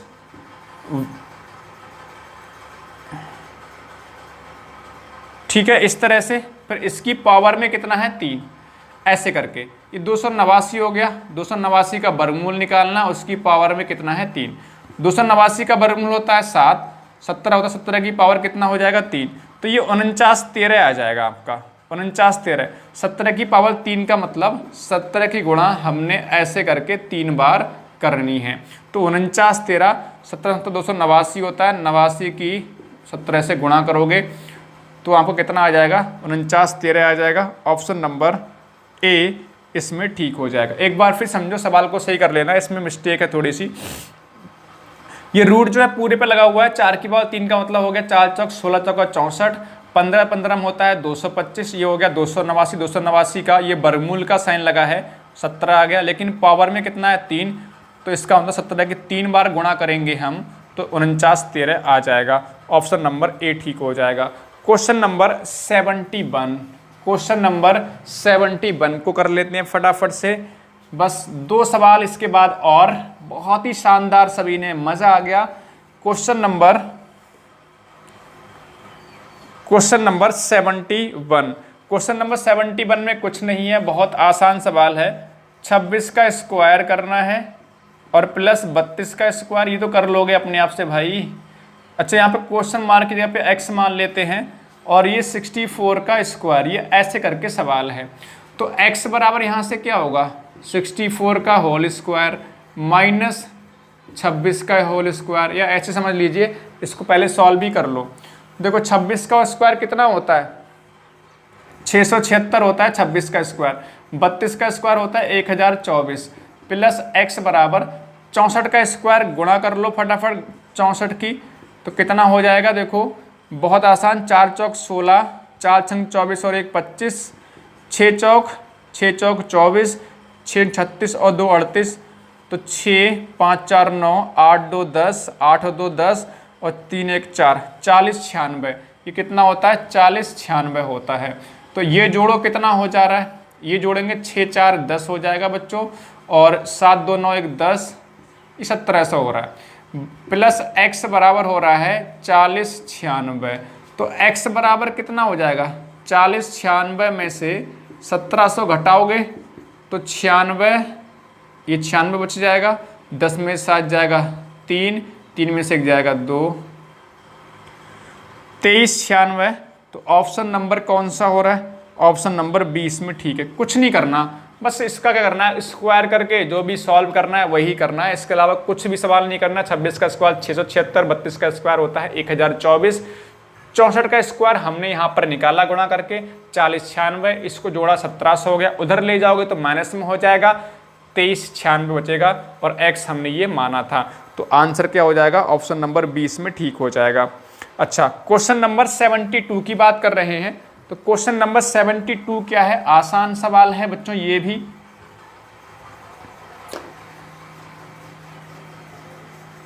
क्वेश्चन नंबर 72, क्वेश्चन नंबर 72 क्या है, 1 से 50 तक की संख्याओं का औसत।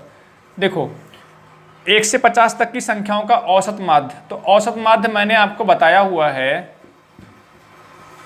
औसत माध्य मैंने आपको बताया हुआ है, योग करते हैं, पदों का योग करते हैं बटे पदों की संख्या हम लोग लिखते हैं। तो पदों का योग निकालना पड़ेगा, यानी 1 से लेकर 50 तक की संख्याओं का पहले योगफल निकालो। तो 1 से लेकर 50 तक की संख्याओं का योग कैसे निकालते हैं, n इंटू एन प्लस 1/2 होता है या नहीं होता, होता है। ठीक है, पहले योगफल, ये प्राकृतिक संख्याओं का योगफल क्या होता है n इंटू एन प्लस 1/2। तो 50 संख्याएं हैं, 50 ये लिख दिया, n बराबर 50 रख दिया हमने, 50 और 1 51/2, 51/2, 2 से काटा 25 आ गया, 25 से कम 25 और 25 पंजे 125 और 2 27, 127। तो 1275 आपका योगफल आया। तो 1275 आपका योगफल आया, और संख्याएं कितनी है भाई 50, संख्याएं कितनी है 50, 50 25 दूनी 50, 25 पंजे 125, 25 दूनी 50, 25 पंजे 125, 25 एकम 25, 25 पंजे 125, 2 बचेगा, 25 एकम 25, 2 से भाग करोगे तो 25.5 हमारा आंसर आ जाएगा। ऑप्शन नंबर बी एकदम से ठीक हो जाएगा, ऑप्शन नंबर 20 का ठीक हो जाएगा। तो थोड़ा सवाल बड़ा है, या फिर एक तरीका और भी होता है इसका, एक तरीका और होता है, अगर संख्याएं क्रमागत होती हैं। देखो ट्रिक क्या है, हम लोग पढ़ाते हैं टेट वगैरह के, जब कोचिंग पढ़ाते हैं यूपी टेट में, सुपर टेट में, इन सब में पढ़ाते हैं ना किसी एग्जाम की तैयारी का, तो उसमें ट्रिक्स वगैरह बताते हैं। तो अगर 1 से लेकर बात कर रहे हैं कि 1 2 3 कहाँ तक है 50 तक, तो अगर संख्याएं क्रमागत होती हैं तो 1 2 3 4 यानी संख्याएं क्रम से होती हैं, तो क्या होता है पहली संख्या और अंतिम संख्या को जोड़कर 2 से भाग कर देते हैं, डायरेक्ट आपका एवरेज या औसत माध्य निकल आता है डायरेक्ट। तो पहली संख्या और लास्ट संख्या यानी फर्स्ट और लास्ट को जोड़कर 2 से भाग, यानी 51 बटे कितना 2, तो कितना हो जाएगा 25.5 हो जाएगा। जब हम टेट में पढ़ाते हैं, UP TET, C TET, super TET में पढ़ाते हैं, तो ये ट्रिक्स वहाँ पर बताते हैं कि भाई कि यहाँ पर होता क्या, संख्या क्रमागत होती हैं तो पहली और अंतिम को जोड़कर 2 से ही भाग कर देते हैं, आंसर आ जाता है। क्वेश्चन नंबर 73 है, प्रथम 10 सम संख्याओं का औसत माध्य। तो प्रथम 10 सम का कैसे निकालोगे, 2 लिखोगे, 4 6 8 10 12 ऐसे लिखते हुए चले जाओगे, 3 3 6 हो गई 14 16 18 और 20, इन सबको जोड़ोगे ना, प्रथम 10 सम संख्याओं का औसत माध्य, संख्याएं कितनी हो रही हैं 10, 1 2 3 4 5 6 7 8 9 10, सबको जोड़ोगे मेरे प्यारे से महारथियों तो आपका हो जाएगा 110 और 10 से भाग करना है तो आपका 11 आंसर आ जाएगा, 11 आंसर हो जाएगा। वैसे इसकी एक ट्रिक भी है मेरे प्यारे से महारथियों, मैंने आपको विषम में बताया था, जितनी विषम में क्या होता है, विषम में जितनी संख्या होती है उतना आंसर, सम में क्या होता है, जितनी संख्या उससे एक ज़्यादा आंसर। जैसे सम में क्या है, प्रथम 10 सम संख्या पूछ रहे हैं तो 11 आंसर, अगर प्रथम 20 संख्या पूछ रहे हो तो 21 आंसर, अगर आपसे प्रथम 22 सम संख्याओं का एवरेज पूछ रहे होते तो 23 आंसर हो जाता, प्रथम 25 सम संख्याओं का औसत माध्य पूछ रहे होते तो 26 हो जाता, जबकि विषम में उतना ही रहता है, 25 का 25, 26 का 26, 27 का 27, मैं आपको पहले ही बता चुका हूं। तो सम में क्या होता है, वैसे तो आपका इसका आंसर डायरेक्ट टिक कर सकते थे, क्योंकि 10 सम संख्याएं थी तो उनका आंसर 11 हो जाएगा, एक ज़्यादा हो जाएगा, लेकिन सॉल्व ऐसे करना है, संख्या लिखनी पड़ेंगी और 10 से भाग करना पड़ेगा, क्योंकि पदों का योगफल बटे पदों की संख्या क्या होता है, औसत माध्य होता है। तो मेरे प्यारे महारथियों, इस तरह से हमने डिस्कस कर लिए हैं सभी के सभी प्रश्न और बहुत ही ज़बरदस्त तरीके से आपका रिस्पॉन्स रहा है, शानदार रिस्पॉन्स सभी का, मज़ा आ गया, बहुत बढ़िया, लाजवाब, ज़बरदस्त और जिंदाबाद। तो मेरे प्यारे साथियों, अगर आपको ये क्लास पसंद आई है तो सभी साथी जोरदार तरीके से इसको अपने साथियों के साथ में अवश्य शेयर करेंगे, हर एक साथी के पास पहुंच जानी चाहिए ये क्लास। और जो साथी हमारे साथ लगातार जुड़े रहे हैं, बहुत बहुत धन्यवाद सभी का हम पर विश्वास करने के लिए। और मेरे प्यारे साथियों, जो साथी पहली बार देख रहे हैं, चैनल को सब्सक्राइब कर लीजिएगा, क्योंकि हमारे पास लगातार इस YouTube चैनल पर अभी हम DELED 4th सेमेस्टर पढ़ा रहे हैं। जैसे ही DELED 4th सेमेस्टर हम लोग का एग्जाम हो जाएगा, हम यूपी टेट की सीरीज हम लोगों ने स्टार्ट की थी, इसमें 32 क्लासेस हो चुकी हैं, उसको आगे कंटिन्यू करेंगे, यानी यूपी टेट और सुपर टेट का कंप्लीट मैथ भी हम लोग आगे कंटिन्यू करेंगे। विश्वास रखिए, ये तो मैं आपके लिए पढ़ा रहा हूँ DELED का, लेकिन मेरे प्यारे साथियों, हम लोग ऑफलाइन क्लासेस में SSC हो गया, रेलवे हो गया और यूपी टेट, सी टेट, इन सभी की मैथ की क्लासेस, मतलब मैथ पढ़ाता हूं, बाकी सभी टीचर्स वहां पर और पढ़ाते हैं, तो पूरी की पूरी टीम हमारे पास है। लेकिन अभी केवल हम यूट्यूब पर मैथ पढ़ा रहे हैं। अगर आप सभी का रिस्पांस रहेगा तो बहुत जल्द CDPV को हम स्टार्ट करेंगे। सभी साथियों का बहुत धन्यवाद, बहुत बहुत धन्यवाद। जय हिंद, जय भारत, वंदे मातरम।